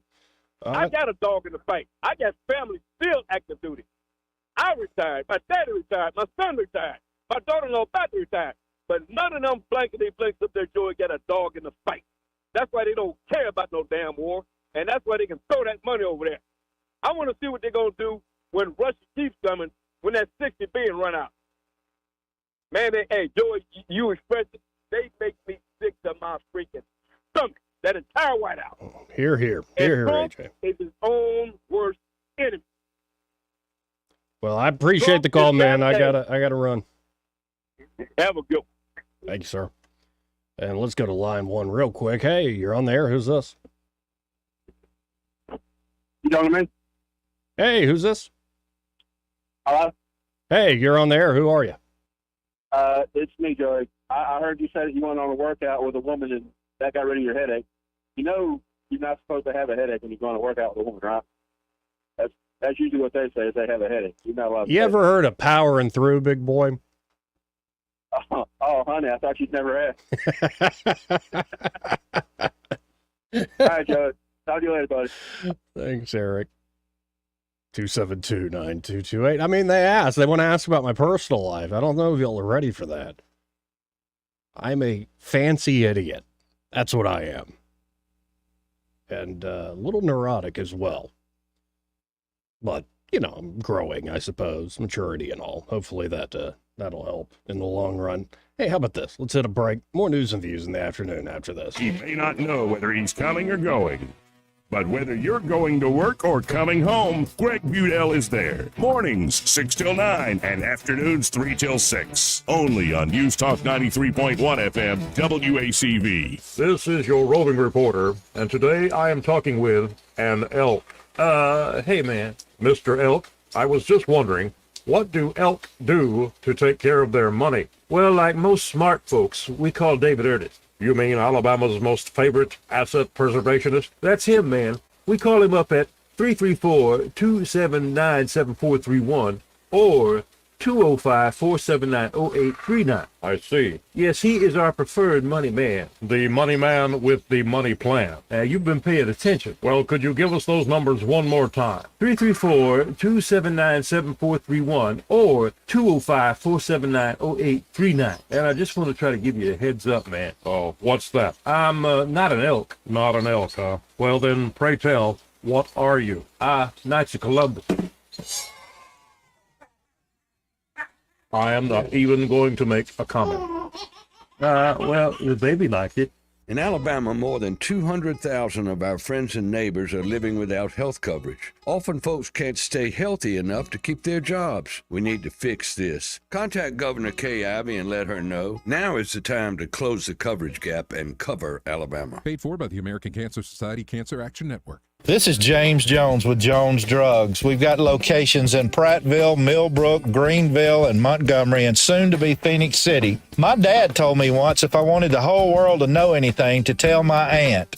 Well, I don't have my aunt here, but I've got the next best thing, Blue Water Broadcasting. They have helped us grow the Jones Drug family in this area for over 10 years. Thank you, Blue Water.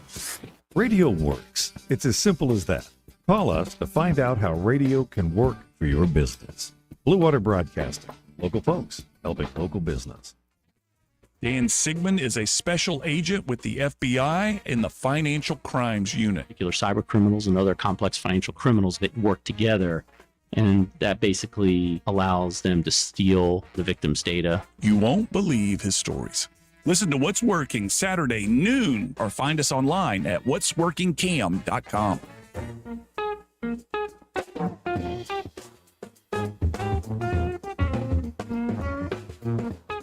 This hour of News and Views is brought to you by our good friends at Cole Plumbing, 279-8919. Cole Plumbing is number one in the number two business. You don't have to dig a hole. They have proprietary pipelining technology. Ask them about their tankless water heaters. Remember, when you have trouble with your bowl, call on Cole. Rich Thomas weather brought to you by H&H Carpets, where you will find a complete line of Mohawk carpet with exceptionally clean, smart strand fiber. It's always available and ready to be installed. H&H Carpets, across from Walmart on the Atlanta Highway. Hi, everybody. Our temperatures are moderating in a very nice way, and the rain chances, although not zero, are very low today and tomorrow. Sun and cloud mix with a high today up to about 81. Not as cool tonight, overnight low temperature 58. Tomorrow, the warmth continues with a high around 82. Partial sunshine. I think we'll be in the middle 80s Friday, Saturday, and Sunday. Still dry, good bit of sunshine, too. So a good weekend forecast. From Blue Water Weather Center, this is Rich Thomas. Whether you're buying a home or auto or consolidating debt, CB&S Bank's personal loans get you where you need to go. Go to cbsbank.com to find a location near you or apply online today. All loans subject to credit approval, member FDIC, and equal housing lender. Medical Outreach Ministries is a free healthcare clinic providing primary and specialty care for uninsured low-income adults in our area. MOM sees almost 1,000 patients annually who are attended to by volunteers, including physicians, nurses, and pharmacists. Please call 334-281-8008 or visit momclinic.org to learn how you might qualify for our services, volunteer, or donate to this vital community service. This hour of News and Views is brought to you by our good friends at Cole Plumbing, 279-8919. Cole Plumbing is number one in the number two business. You don't have to dig a hole. They have proprietary pipelining technology. Ask them about their tankless water heaters. Remember, when you have trouble with your bowl, call on Cole. We get Montgomery talking 24 hours a day. The River Region's most trusted voice. News Talk 93.1 FM, WACV. Joey Clark.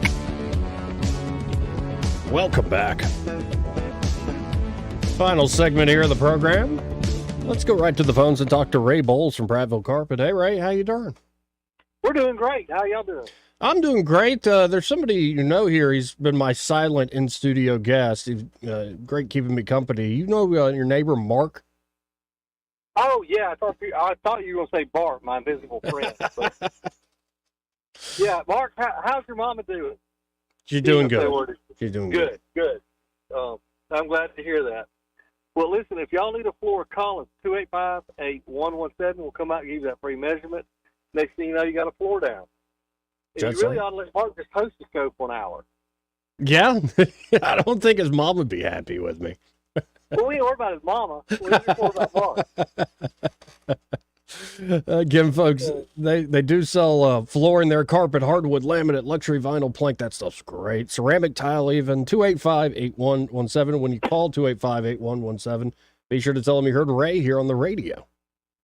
Hey, Mark, you need to go to church on Sunday. We'll talk on Sunday.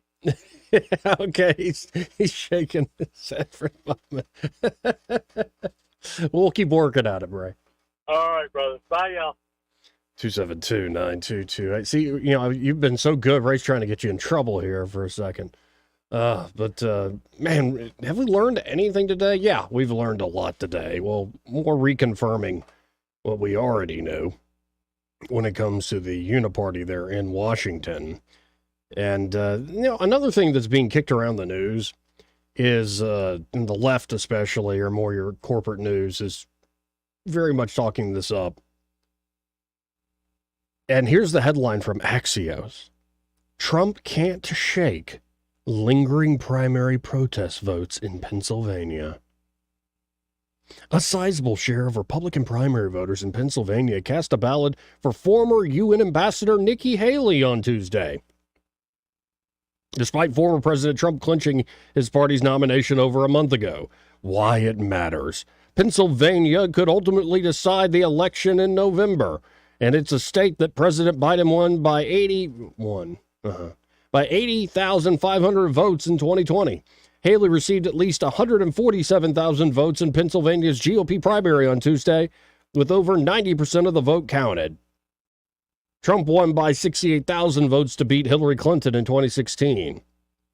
So he only won 84% of the vote. Oh, no! Haley suspended her campaign, but there are folks making a lot of hay out of this that, well, they're just not going to show up on Election Day for Trump. Well, maybe not, but Trump's the guy we got. And despite all the courtroom shenanigans, all the lawfare being thrown his way, he continues to be, I think, pretty strong. In fact, you're seeing a new Bloomberg poll out today. New Bloomberg poll. Trump leads Biden in 6 of 7 swing states, trailing only in Michigan. He's opened up a big lead in Nevada, Arizona, and North Carolina. Now, it's still early, and always keep in mind, folks, the polls condition the polls. So we'll see what actually happens on Election Day, and we got a lot of time left. The whole game could change. Think about the 2008 election. It was all about Iraq, and then it became about the economy when the bottom fell out. So who knows what will happen from here to Election Day. You know, just some follow-through. It's nice to see a politician actually follow through.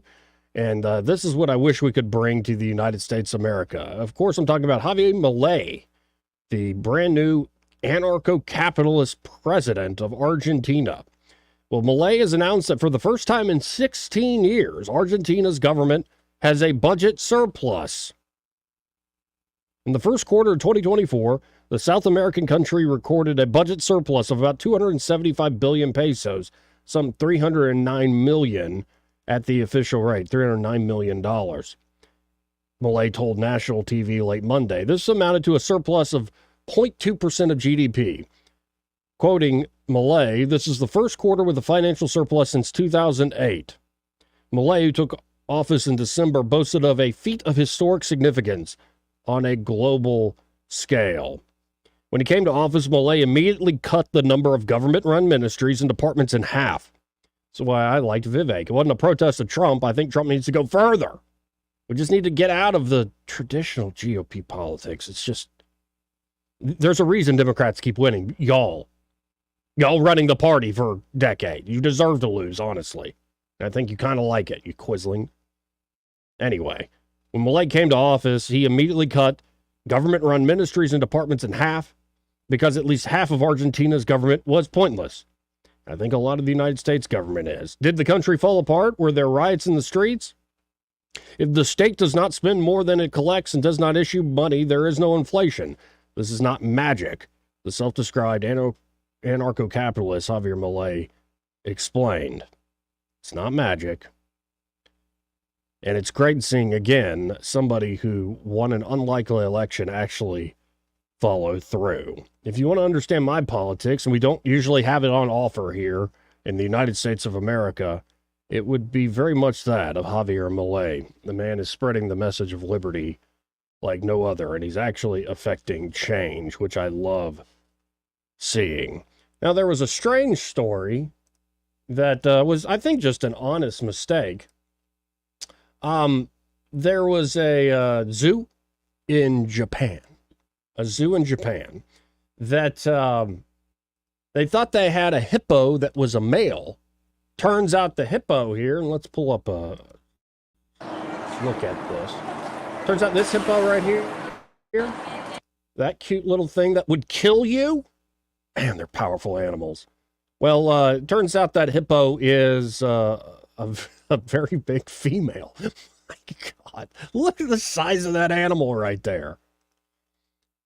I wouldn't want to misgender something that size. I'd be very polite to something that size. But yeah, apparently the Japanese zoo had made a mistake there. What did they say here? They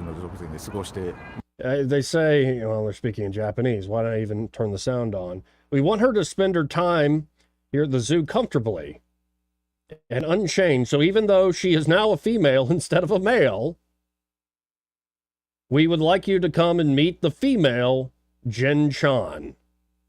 Oh, how beautiful she is. Hey, fellas, send this story to your girlfriend, to your wife. I'm sure she'll get a kick out of it. She won't accuse you of accusing her of anything, I'm sure. We also have another animal story that military horses, they still exist in certain parts of the world. 4 injured by blood-covered runaway horses in London. Runaway military horses charged through central London, injuring 4 people during rush hour on Wednesday morning. 5 horses from the Household Cavalry bolted after throwing off their riders during their morning exercise in Belgravia when they were spooked by nearby builders moving rubble. The horses careening through the streets, smashing into a double-decker tour bus and a Mercedes-Benz. Witnesses on Buckingham Palace Road recounted seeing a serviceman thrown from his horse and one of the loose animals crashing into a taxi waiting outside the Claremont Hotel and shattering its windows. Wow. They have a whole timeline, like the key moments of how the horses broke free. But literally one of these horses is covered in blood. That is not good. It's a white one that, behold the pale horse. Wow. That caught my attention today. Be careful. Last time I was near a horse that big, I think it was on Bourbon Street in New Orleans. Do not mess with those things. You can see how intimidating a cavalry charge might have been in more ancient warfare. And again, Biden's considering amnesty for over 1 million illegals, those married to U.S. citizens, and giving them a pathway to citizenship. So that's just finding Danny right in time for Election Day. We'll see where all this goes, where the Alabama House and Senate, can they actually bridge the divide that seemed to have appeared before them? Can the Republican Party at the national level bridge the divide between them? Well, I guess Israel and these protests against Israel seem to be bringing the GOP all together again. But on the questions of Ukraine and so many other big issues staring the United States of America in the face, not only are we divided between Republicans and Democrats, Republicans and Republicans are divided against themselves. And honestly, I think division at a certain point becomes a very healthy thing, as opposed to somebody having a monopoly on the megaphone and pretending like this was the consensus all along. Actual consensus comes from actually hashing out actual divisions. Actually. And enough of all the fake astroturfing through the corporate media of what Americans believe. How about we actually listen to Americans and then make a decision instead of having some multi-billion-dollar fiasco shoved down our throats in the name of freedom and democracy? I don't think I'm the only one tired of that. And isn't it adorable? Mitch McConnell blaming it all on Tucker Carlson. Well, I only think Tucker's going to grow here, Mitch. It's a new day and age in the media. I guess this is why you've chosen to retire. But he's serving out his term. Why don't you just get out now?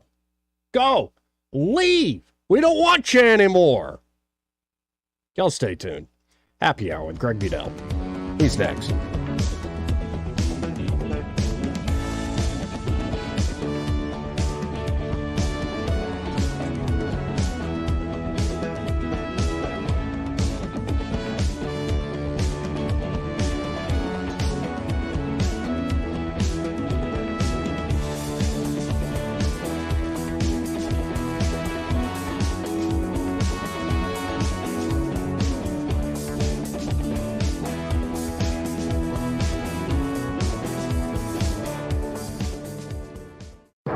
Broadcasting from the Riverside Chevrolet Master Control Center, this is WACV Cusana, News Talk 93.1 FM. When it's Chevy, it's Riverside. With SRN News, I'm John Scott. U.S. officials say Ukraine, for the first time, has begun using long-range ballistic missiles, striking a Russian military airfield in Crimea and Russian troops in another occupied area overnight. The strikes come about a month after the U.S. secretly provided the weapons so Ukraine could strike targets up to 190 miles away. The U.S. is providing more in the latest aid package. Protesting on college campuses have spread now across the country, from New York to California. Boeing reporting a $355 million loss for the first quarter, but the CEO says the most important issue is fixing its manufacturing problems. On Wall Street, the Dow is down 21 points, but the NASDAQ is ahead 17. This is SRN News. Life insurance.